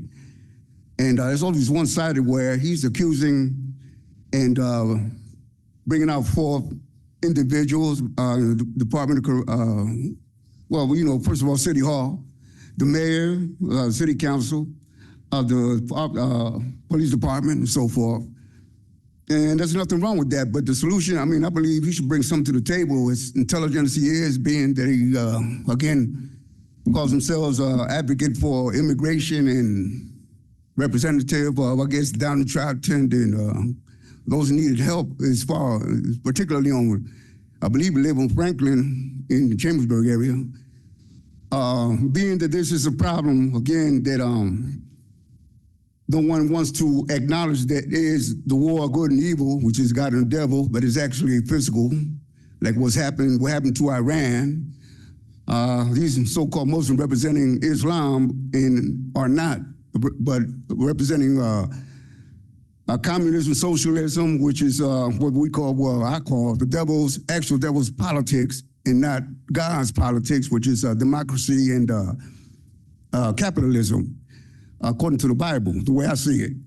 And these law enforcement, there's four examples that he brings forth in the paper, and 2 of them have to do with law enforcement. And the individuals that these officers have experiences. You got lieutenants, then from lieutenant underneath is a captain and sergeant and so forth, and then just plain street officers to do what the one with the less seniority or rank, what he did was to, in other words, steal something, property from the police cage or lockup, and he got reprimanded to the point where he went to the PPT or something like some kind of program and alcohol treatment and so forth. So he got away with it. The ones with higher ranks, they were allowed to retire with pensions. Now you got 2 other examples, one in Mercer County, one in healthcare system, where they, in the way it is written here, lost their jobs or got heavily penalized. And then law enforcement from corrections all the way up into, let me say, what can I say? State police in New Jersey, for example. Each officer gets about approximately, when I was a correctional, I think I got about maybe 8, 9, 10, well, I said maybe 9, what do you call courtesy cards, who are passed out to individuals who the officer feels is worthy of getting one of those cards. So, and there was a calculation where in New York, there's 24,000 police officers, and each one gets 20 cards maybe once a year. That was like 48,000 people out there besides law enforcement officers, which is 24, with cards, courtesy cards that they can, once stopped by officers, they can, are not penalized. Now, these violations are supposed to be for minor infractions. But so if you're speeding or parked illegally, okay, that's minor. Okay, you can go. But some of these individuals are carrying substances that we know are directed towards. Now, I'm gonna get specific because I've been here about a year now. Specifically to the tribe of Shabazz, which is the bloodline of Jesus Christ through Mary, his mother. She had African, which is African. You take that back further, Asiatic bloodline. So this is directly, primarily, specifically to destroy what we used to call black community, but now it's actually the tribe of Shabazz, because you got black people destroying them, and that's Lucifer against what I call Elohim, the Godhead. So my point here is that I'm saying that the officers we have in Trenton, New Jersey, like I came up, and during the time I came up, there was a process where gang members and drug dealers and so would-be gangsters could infiltrate law enforcement and the military, and I did that, and I did pretty well. But then, as I matured, then I changed my way of thinking, my mindset, and I got more into politics, and then I got into religion. So thank you. Shanique Taliaferro.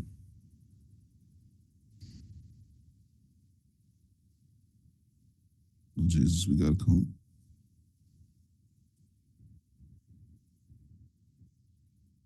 Hello, good afternoon, everyone. My name is Sean Arthur. I'm a resident of West Trenton. We are here to honor our councilwoman, our friend, our sister, leader Crystal Feliciano, and we're from Black Women, New Jersey.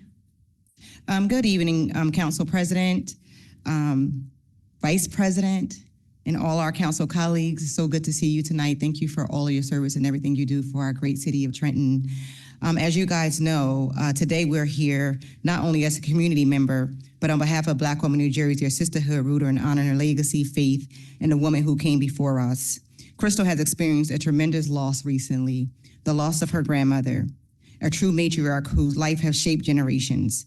We understand that behind every strong woman is often a praying grandmother, guiding you with her voice, the foundation of wisdom and strength.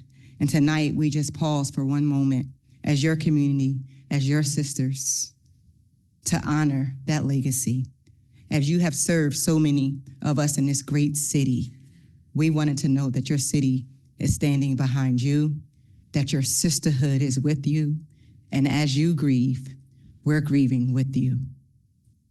On behalf of Black Women New Jersey, it is our privilege to present you with this resolution as a symbol of our love and our gratitude and remembrance, not just for the life she lived, but the legacy that she has and will live through you and so many other lives that she has impacted. Crystal, may you feel surrounded in this season by the love of your colleagues, by your communities that you serve, by the organizations that you're in, not just for this moment, not just during the funeral, but after. We love you, we're with you, and you are not alone. And as you, our councilwoman, serve this city, our great city of Trenton, New Jersey, we wanted to let you know personally and publicly, we stand with you through your grieving. Thank you. And we want you to treat yourself. Don't cheat yourself. We got your little gift card here for Cheesecake Factory. So we want to give this to the clerk. Okay. The clerk serves council. Thank you. Do we give this to? Okay. Thank you for all you do. Thank you. Thank you. Thank you.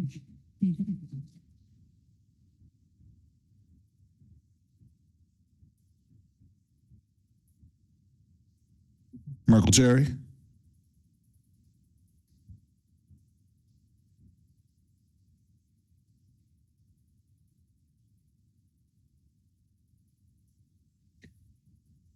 Good evening, Council President, Council Vice President, and council members.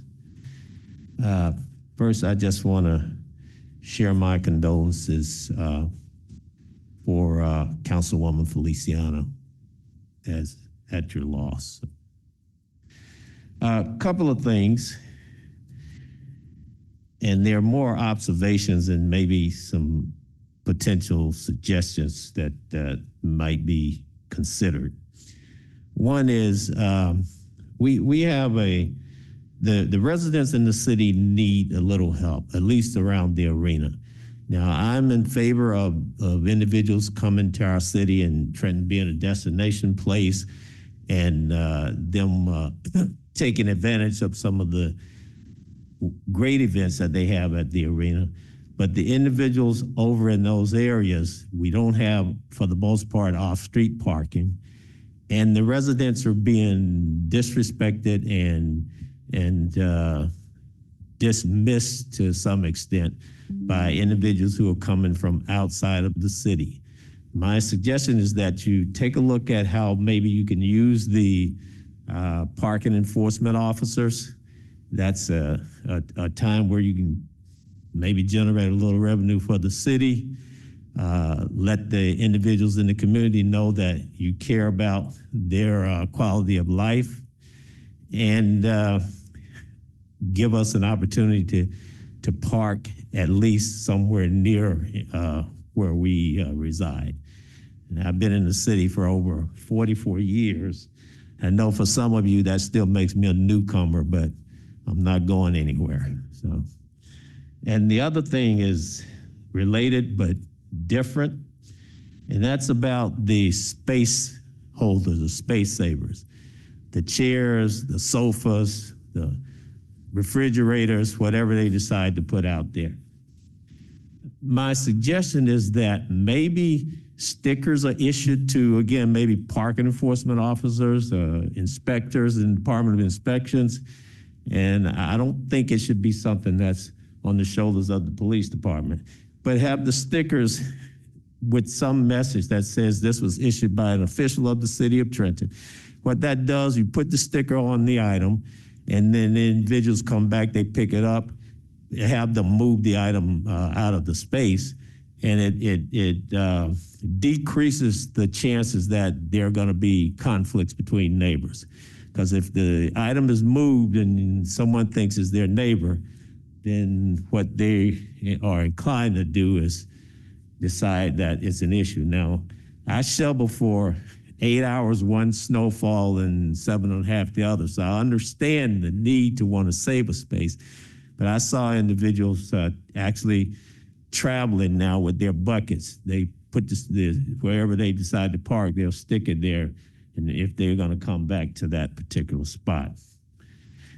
And finally, something just as a item of interest in my role as the Chief Operating Officer for the Henry J. Austin Health Center. You know, we've been around for about 60 years now.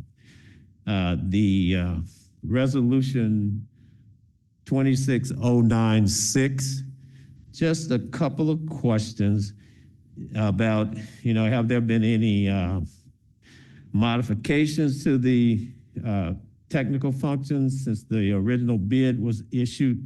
Are there any agenda or amendments that revise the scope of the ordinance?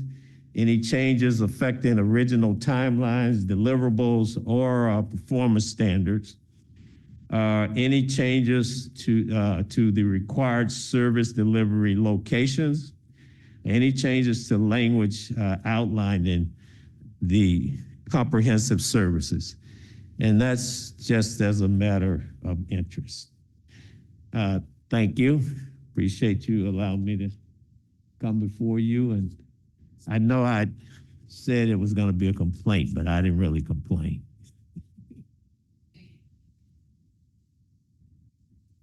Aziz Bey.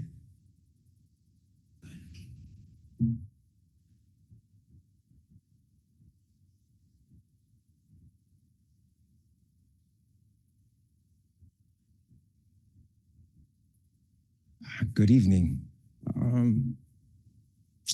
Just wanted to say that I just moved here from Brooklyn, New York. And my first time being in a council meeting, and it's an outstanding city. You guys are doing a great job. The city reminds me of my hometown. I grew up in Brownstone, Brooklyn, Bed-Stuy, and I came here because it reminded me of Brooklyn. So I was like, okay, I could get a house here. It's cheaper, like, do it all, do it on my own. My family said Trenton. But I seem like I made a right decision. I'm happy. They elected a great council. I did have one complaint, however, though. The corner of my property, 302 West State Street, the sidewalk around the house was first impacted by, from what I'm told, either Amazon or Comcast was digging right in front of the house on the sidewalk, and it looks like a complete mess. And I can't seem to get them to correct the problem. Not just me, but my neighbor at 304 West State Street. They came and kind of did a patchwork job, but then there's dirt and gob everywhere. I contacted the inspector, and they said they're trying to get the contractor to come back and correct the problem. But it's an issue for me because I wasn't even notified that they were going to be doing any digging or laying any, what they say, internet lines underneath the ground. But that's one side. And then it's a corner, so on the corner of Calhoun, which was there, has nothing to do with Comcast. It's just the sidewalk is very uneven. And would like, some counsel myself on if I can get any help correcting that uneven sidewalk, because I notice when people walk around the side of the house, they tripping on brick that's been there for ages. I don't know how many decades it's been there. And, I don't want the entire liability to fall on me. But other than that, I told all my people back in Brooklyn, they got to come to Trenton, good people, hopefully bring some tax revenue and keep you guys in business, and we continue to grow this great city of Trenton. So thank you. Thanks. Robin Vaughn.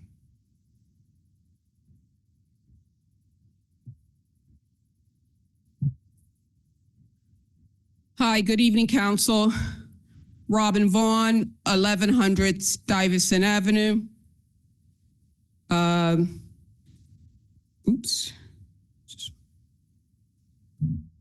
I just want to say that we all know lots going on in our country, in our state, our county, and here locally. Many common issues. We can't hold DJT, the orange man, accountable when many of us are behaving the same way. And many of us have tons of conflicts of interest. And conflicts of interest prevents you from doing your job that you signed up for. So the Mercer County Democratic Committee meeting, and I saw there the president of council, I saw there the law director, and I saw there the mayor. So again, we're a nonpartisan municipality. And the last voting record that the county clerk sent me, most of city residents are registered UNA. They're not registered as Democrats. They're not registered as Republican. They're not registered Libertarian, Green Party, or anything of the like. They're registered as unaffiliated. So when you go out there in Cape and for a party, it tells a lot. It tells a story. You're bought and boss, you owe. And when people pay for your campaigns, this is what happens. You're compromised. And you know what it feels like when you got to vote the way they tell you to vote, right? So I'm just going to end that there. And one thing I do want to talk about is the NJBIA article on Trenton. The city of Trenton, New Jersey, has the largest foreclosure rates in the country. And I just want to hope that the council is doing something about that, as well as the Director of Housing and Economic Development. Now, my one concern is I would love to know how many employees of the city of Trenton are impacted by foreclosures. I don't want any of our workforce who works for the city of Trenton that are paid by the taxpayers of the city of Trenton at risk or in financial hardship and are losing their homes. The mayor is responsible for the local economy and you as well. And you want to keep Trentonians, and particularly our workforce, housed, because some of you recently, after you became a council member, became homeowners, right? So we want to make sure our city employees, because our surplus at Trenton Waterworks allow us to ensure that our city workers maintain market level incomes so that they can afford their houses. The mayor and we are being taxed out of our homes. Our incomes haven't been increased, right? So get the union, get the mayor, get them at the table. Make sure Trentonians and our city workers, their salaries and income are raised above the tax increases that he's been divvying out and you guys have been approving ever since you've been in office. So I do want to know how many people in the city of Trenton working for the city who are part of those on that foreclosure list. It better not be any city workers. And the mayor needs to get busy giving those increases before the election, using our lucrative surplus that belongs to the taxpayers. And I hope that money is staying in Trenton, because by law, the surplus is ours. Residents and taxpayers of the city of Trenton, try me. And I know that the judge moved the date once again. So there's a concept of intervening and enjoining. The taxpayers will not allow this court case to be kicked down the road and the date being adjourned. Okay? So I'm going to end there. Thank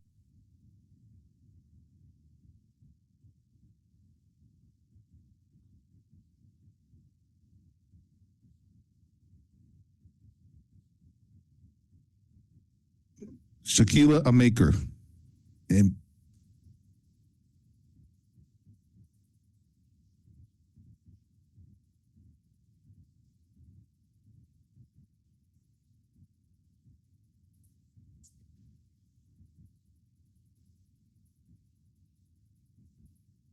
Hello, everyone. My name is Shakila Amaker.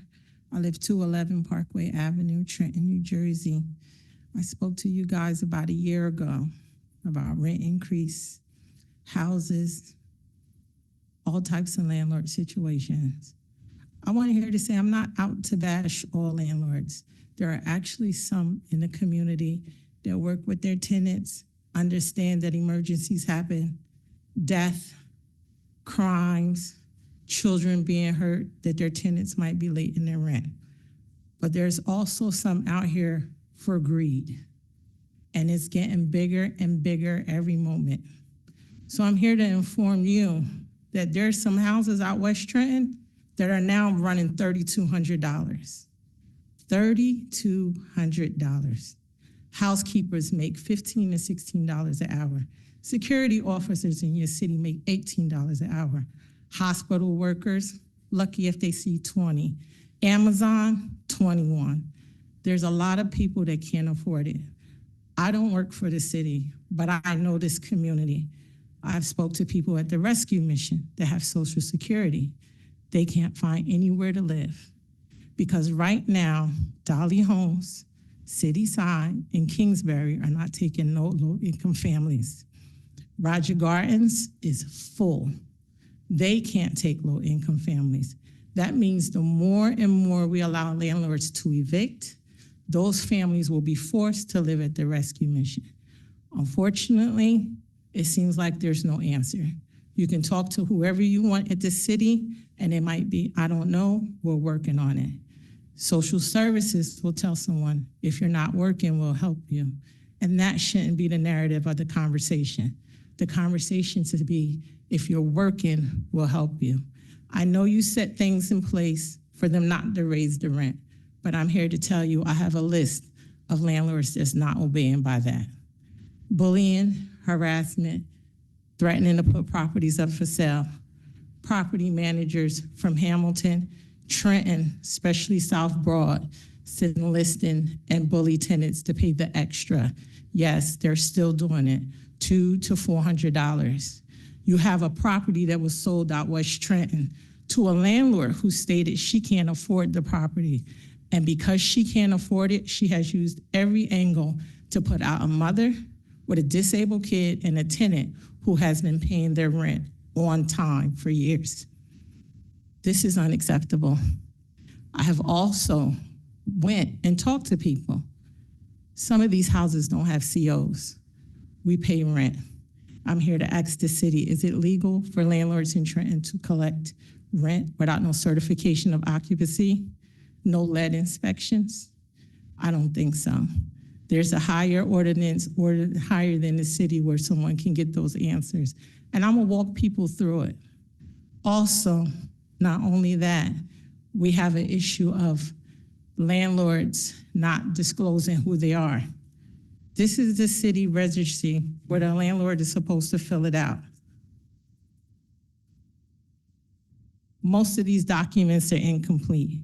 I have found several landlords that changed the spelling of their name, their emails, also not filling out the back of their tenancies. Therefore, you cannot find if your rent has been increased more than 25%, which is in the city ordinance. I get it, you guys do a lot, you got a lot on your plate. You offered to sell houses to tenants. You said you wanted the city to buy it back. But also, in the process of you doing this, a lot of LLCs have took equity out on their properties to purchase more properties in the city. There's a tenant right now who has been living in her house for over 13 years, never missed a beat of rent. That landlord pulled out $200,000 in equity to buy 2 more houses, possibly, but that's what he did. That tenant had no lease. That tenant has always paid all their bills, and now they got to own another bigger property in Trenton. I've also have seen that a lot of the landlords are within the city. Some of them are renting their houses out that Doug Palmer designed for them to live in at a reasonable rate for twice the rate. I don't know where the conversation starts, and I don't know where it begins, but a lot of you are running for election, and a lot of people are thinking that you don't care because they're sleeping in their cars, they're sleeping in vans. 710 Stuyvesant was just sold to a LLC. If you drive by there, you will see wood.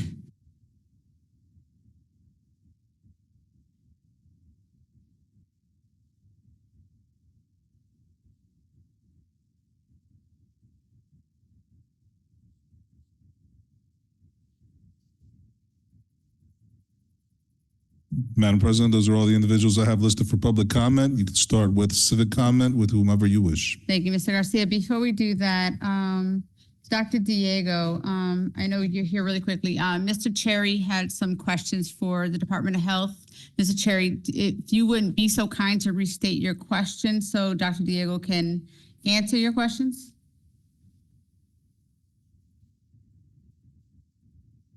Thank you. Really quickly so that he can respond to you.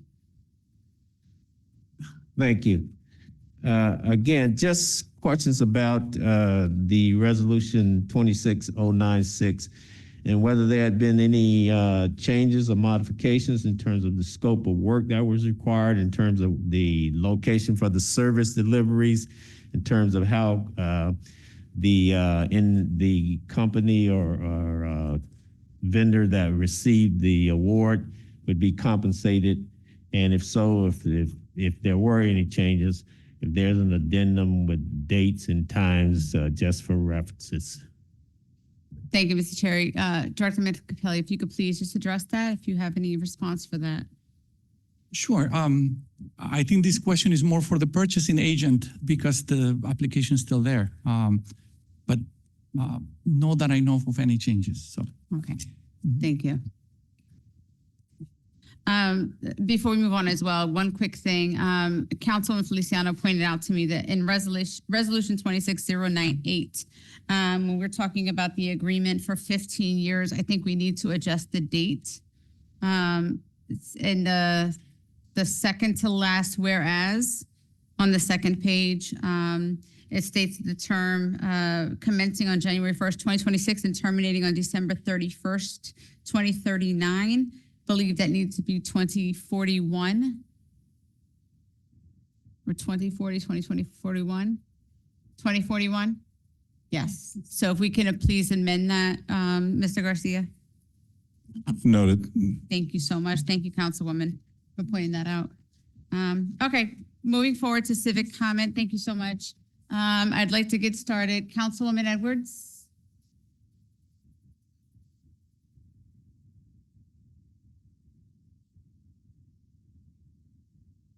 Councilwoman Edwards.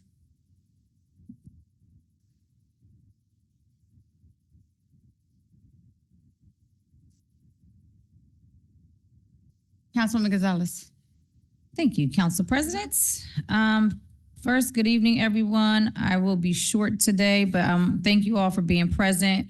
Condolences and prayers, of course, to our Councilwoman Feliciano and her family.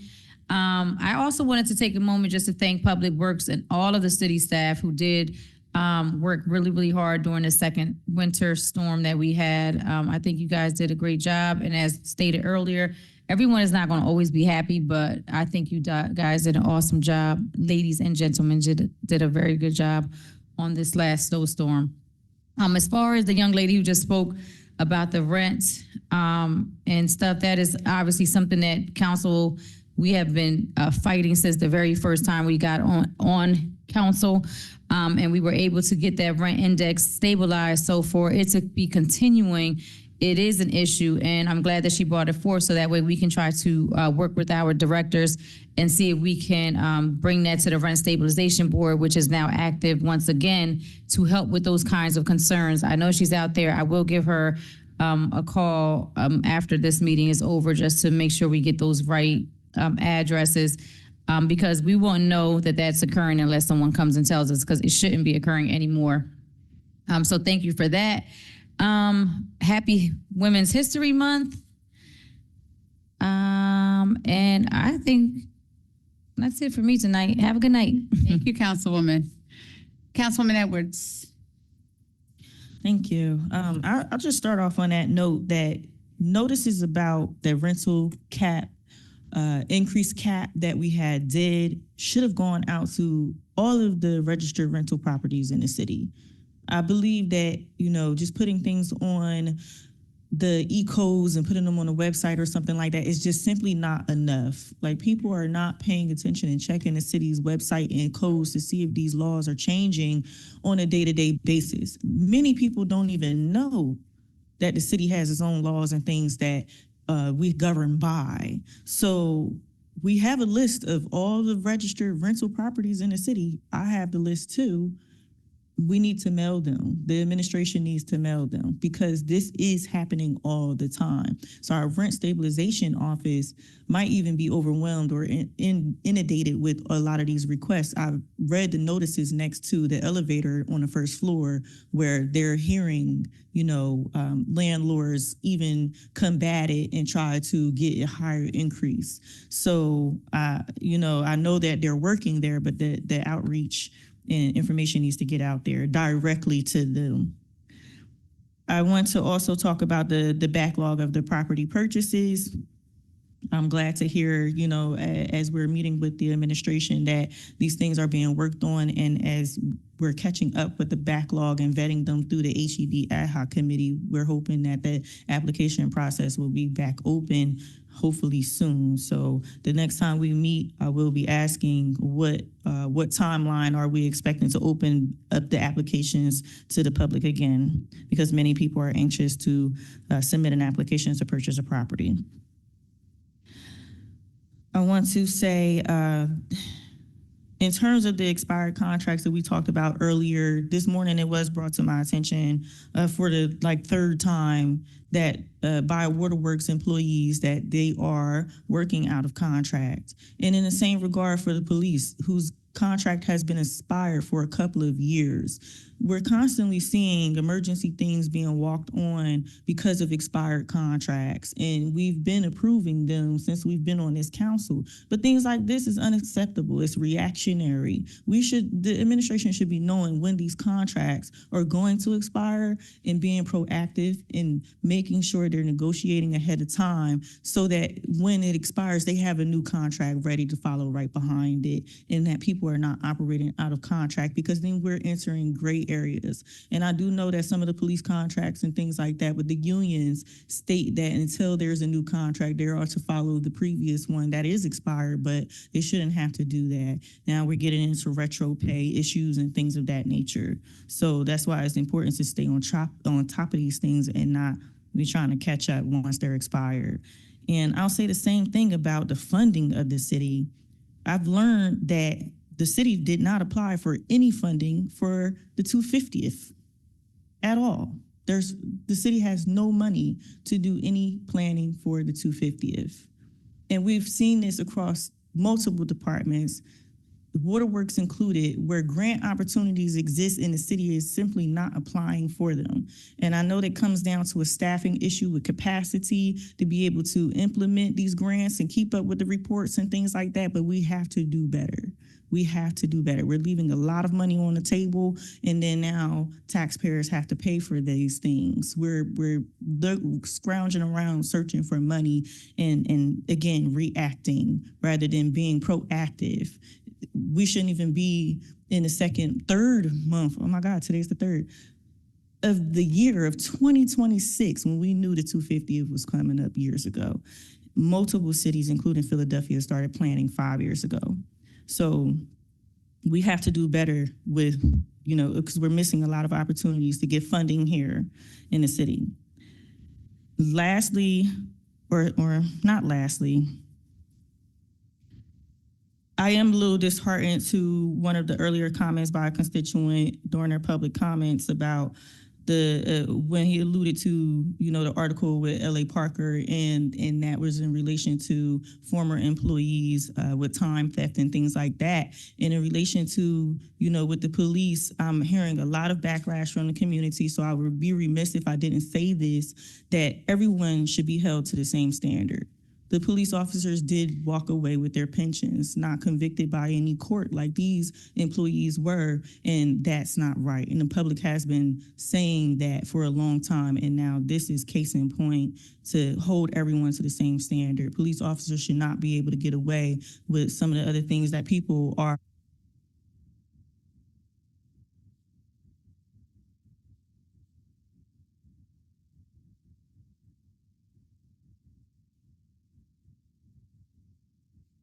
Have a good night.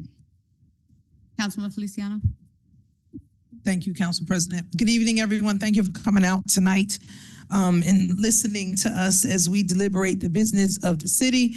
As you can see, it is no easy feat, but we get the job done. And so I want to extend another hearty thank you to my colleagues for the fruitful discussions and questions and us getting through the process this evening. Thank you to everyone for every call, every text, every email, every smile, every hug, every kind word that people have extended to me and my family, excuse me, during this time.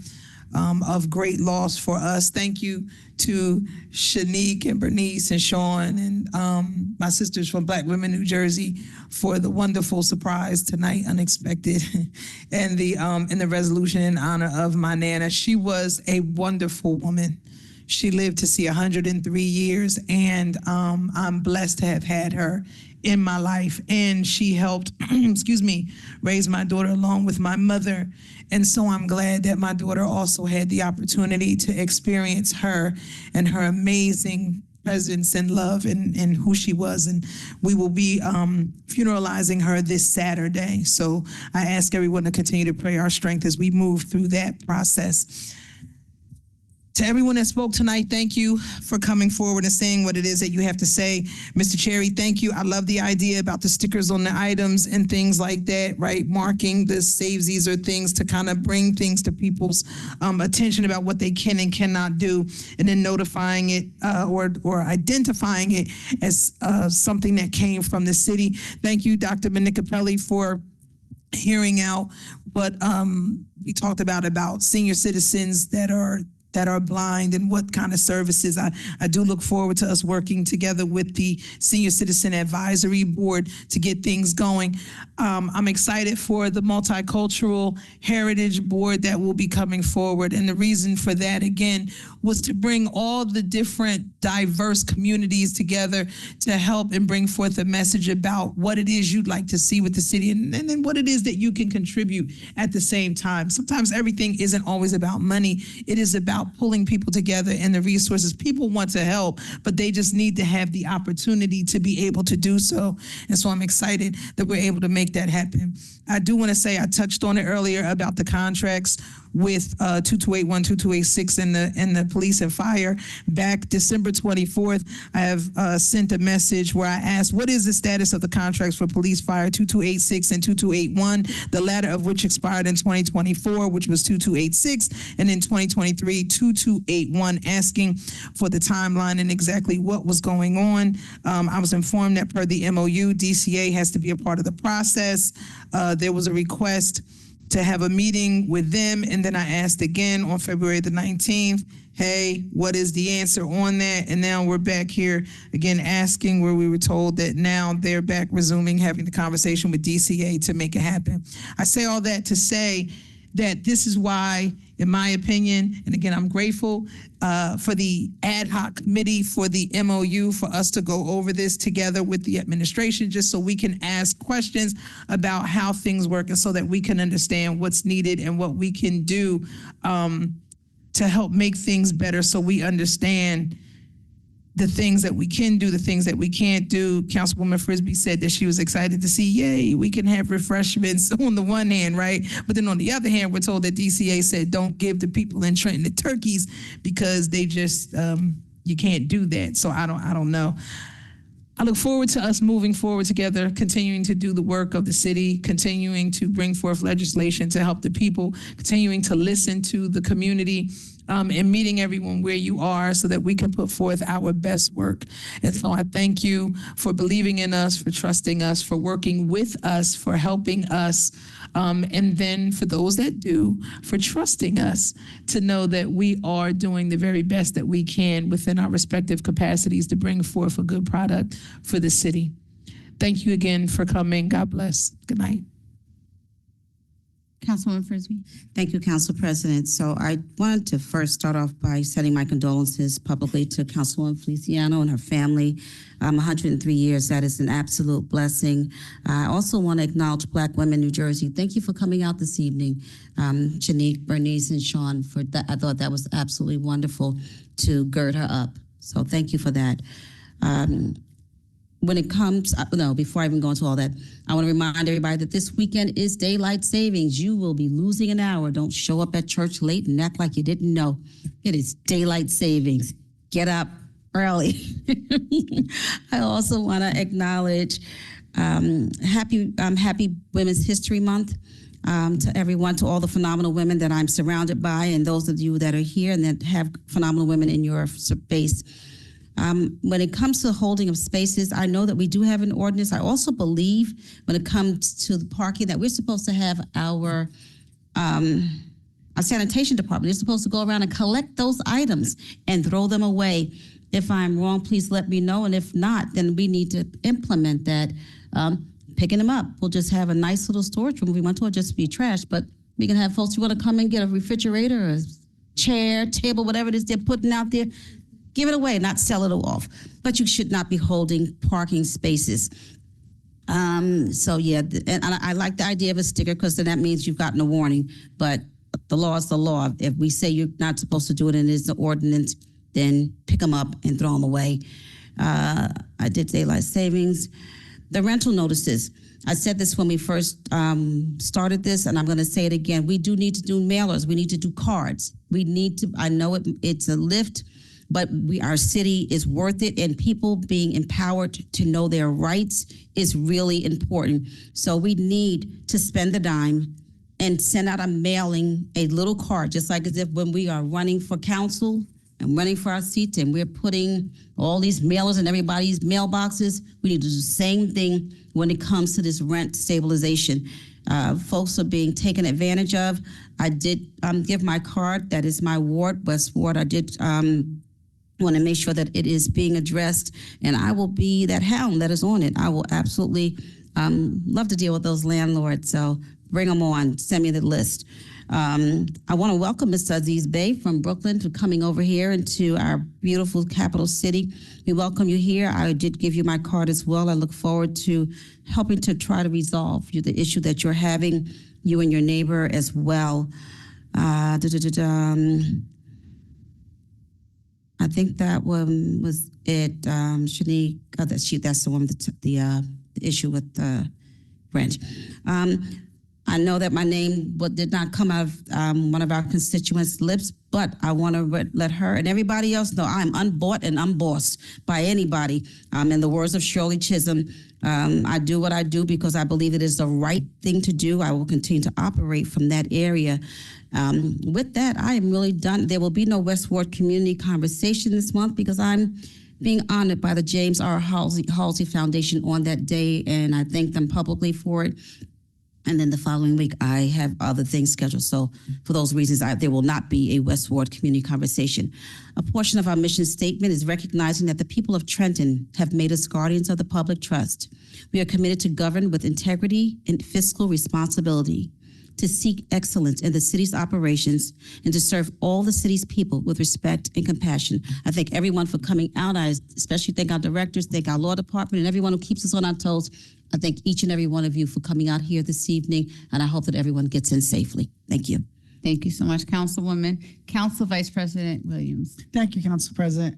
I just want to say thank you to everyone for being here tonight. I know it's not easy, particularly in a weather like we had today. It was very raw out, so it means a lot for you all to be here and everybody who's watching us. I also want to extend my condolences to Councilwoman Feliciano and her family. I know grief affects everyone differently, and I hope God has placed you in a safe place right now in this week as you get ready to send your grandmother home to God. I want to also say thank you to Public Works and Natural Resources. They did a lot in the past several weeks, this past month. Health Department for everything they've done to try to open warming centers and take care of our homeless population. It isn't easy, and as that young lady mentioned earlier, we do have people, unfortunately, sleeping in cars in our city. Homeless issue never goes away for Trenton. It actually gets worse because we are a place that most people feel safe in than they do in suburbs or other places. So please keep folks who do not have a home in your prayers. And please pray for our city of Trenton that we have those resources to be able to help them and help everyone in our city. With that, I also was very moved by what that young lady said. We need to strengthen our landlord regulations and inspections. This council from day one has spoken out on these issues and getting homes into the hands of Trentonians, and the Rent Stabilization Board was a very important component of that. So I'm looking forward to seeing how we can help our citizens who rent clearly know who to call when they have an issue, particularly with landlords who are increasing their rents unfairly and, quite frankly, illegally. That is important. Everyone should know how to do it. If it's simple with billboards, let's get some billboards around the city. We have a city of 55% renter rate versus a 45% home ownership rate. That's disgusting to my book. In 2000, we were a majority homeowner city. We need to get back to that.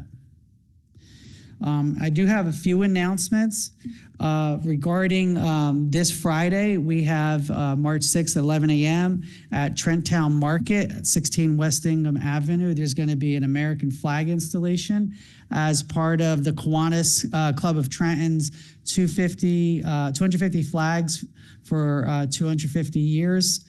Campaign to try to get 250 businesses and residences to put American flags up in their window or on their property to celebrate America's 250. So that's at 11 a.m. Everyone's invited, and Trent Town Marketplace is sponsoring a day of history, food, and live music. Terrell Smith, who many people know, is the sponsor of that. So please come and join us on Friday. Additionally, on March 18th, we have our North Ward Citizens Police Advisory Council meeting. We'll have a special guest at Galilee Baptist Church, 440 Martin Luther King Boulevard. The meeting's from 5:30 to 7, so please come and be a part of that. And I'm glad Mr. Cherry brought up about parking enforcement, because I wanted to say something about that tonight. And I'm really glad you mentioned it, because tomorrow night we are going to have 7,000 people at the arena for a concert by an artist named Shaindi Plotzker. And that will be followed up on Thursday night. A lot of people know about the Journey concert. That's going to be 8,000 people. From what I understand, that's a sellout. I don't know when the last time we sold out a big concert like that, but it's been a while. And before COVID, we always had problems with concert patrons, particularly taking over neighborhoods and parking spots. So I really do hope parking enforcement and TPD can be out in force tomorrow night to ticket cars, to make sure our residents have places to park, and also to help navigate people through the city. Mercer County has placed a lot of information on social media, warning people about parking issues and traffic issues from 4 o'clock through, I guess, probably about 11 tomorrow night and Thursday night. And that's why, these are great events for the city. People do want to come to Trenton. People feel comfortable in Trenton. We want them to come and have a great time, spend money, support our economy. But we do need to make sure that our residents have places to park. And with that, I'll close my comments and just say God bless everybody and have a great week. Thank you, Council Vice President. Closing us out, good evening, everybody. Thank you all for being here. As everybody already said, Councilman Feliciano, you are more than just a colleague. You are a friend and a sister. So my deepest condolences for you. And if everybody could take a note from your book and carry yourself through the way that you do, we'd all be in a better place. Thank you, Black Women New Jersey, for coming out and supporting her, for really showing sisterhood this evening. That was really remarkable. So thank you. Thank you again, Director Minicapelli, for getting the ball running with Reading Senior Center, along with the county, for assisting us. Those seniors were so excited, and rightfully so, to be getting their senior center back. Council Vice President Williams, I know that you have voiced your opinions and definitely try to push the envelope for that. So congratulations to you for getting that done in the North Ward. That was really remarkable to see, and for all the seniors that were there and were just so hopeful and anxious and grateful. It was really, really great to be there and be part of that. I wanted to address what Mr. Cherry and others had talked about people saving parking spots when they shovel out snow, and it's public parking on these streets, right? At the end of the day, there is an ordinance. There is an ordinance, Article 6, Section 257-34, obstructions that prohibits placing objects in public streets that obstruct them, and that includes chairs, cones, trash cans, furniture, etc. Under the City Code, the Trenton Police Department has the authority and responsibility to enforce street obstructions and can remove or order removal of anything violating that section, the Trenton Police. The ordinance itself is generally administered and enforced by the Division of Streets of the Department of Public Works, but actual enforcement actions on the street, like removing those obstructions, are carried out by the police. And the reason why that is so is because a lot of the residents, they get aggressive. When you want to move their cones, you want to move something that they have, and our public works workers they don't carry. So the police are the ones that should be removing these objects. Public Works can definitely, in my opinion, alert the police when this happens, but police should be following up to remove these objects, or at least coming out with DPW or showing up for DPW to remove these items. So there needs to be a collaborative effort on that. That was something that Interim Director Weah did express at one of my CPACs or multiple CPACs, and it's something that we definitely looked into together. So it is something that we need more concerted efforts from our police departments to help enforce that. With regards to a comment made by constituent Ms. Vaughn, many of us are Democratic committee members. I don't know if some of us had invisible cloaks that you couldn't see certain people, but this is a nonpartisan role. None of us are bought by the Democratic committee. They cannot support us because this is nonpartisan. It is what it is. We are committee people, most of us in our own rights. That has nothing to do with anything. Again, I wish sometimes she would stick around so we can talk back to her and answer her responses or respond to her, but it is what it is. So that is just a misconception. Sometimes she's on point and sometimes not. Again, happy Women's History Month. I did have something for everybody. We have 6 strong women on council, and I do apologize. I forgot to put them together to bring them, but I will have them for our next council meeting. But I do have something for all of us. We are 6 amazing women on this council, and we are really killing it. We take a lot of heat.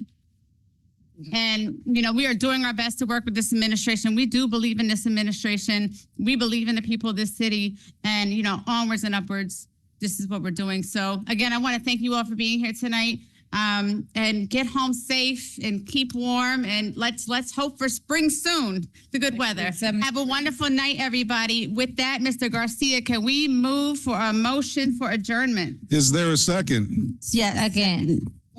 Aye. Aye. I got one eye. I got another eye. Aye. Yes. All say aye. Aye. Is there any opposed? None opposed. Meeting adjourned.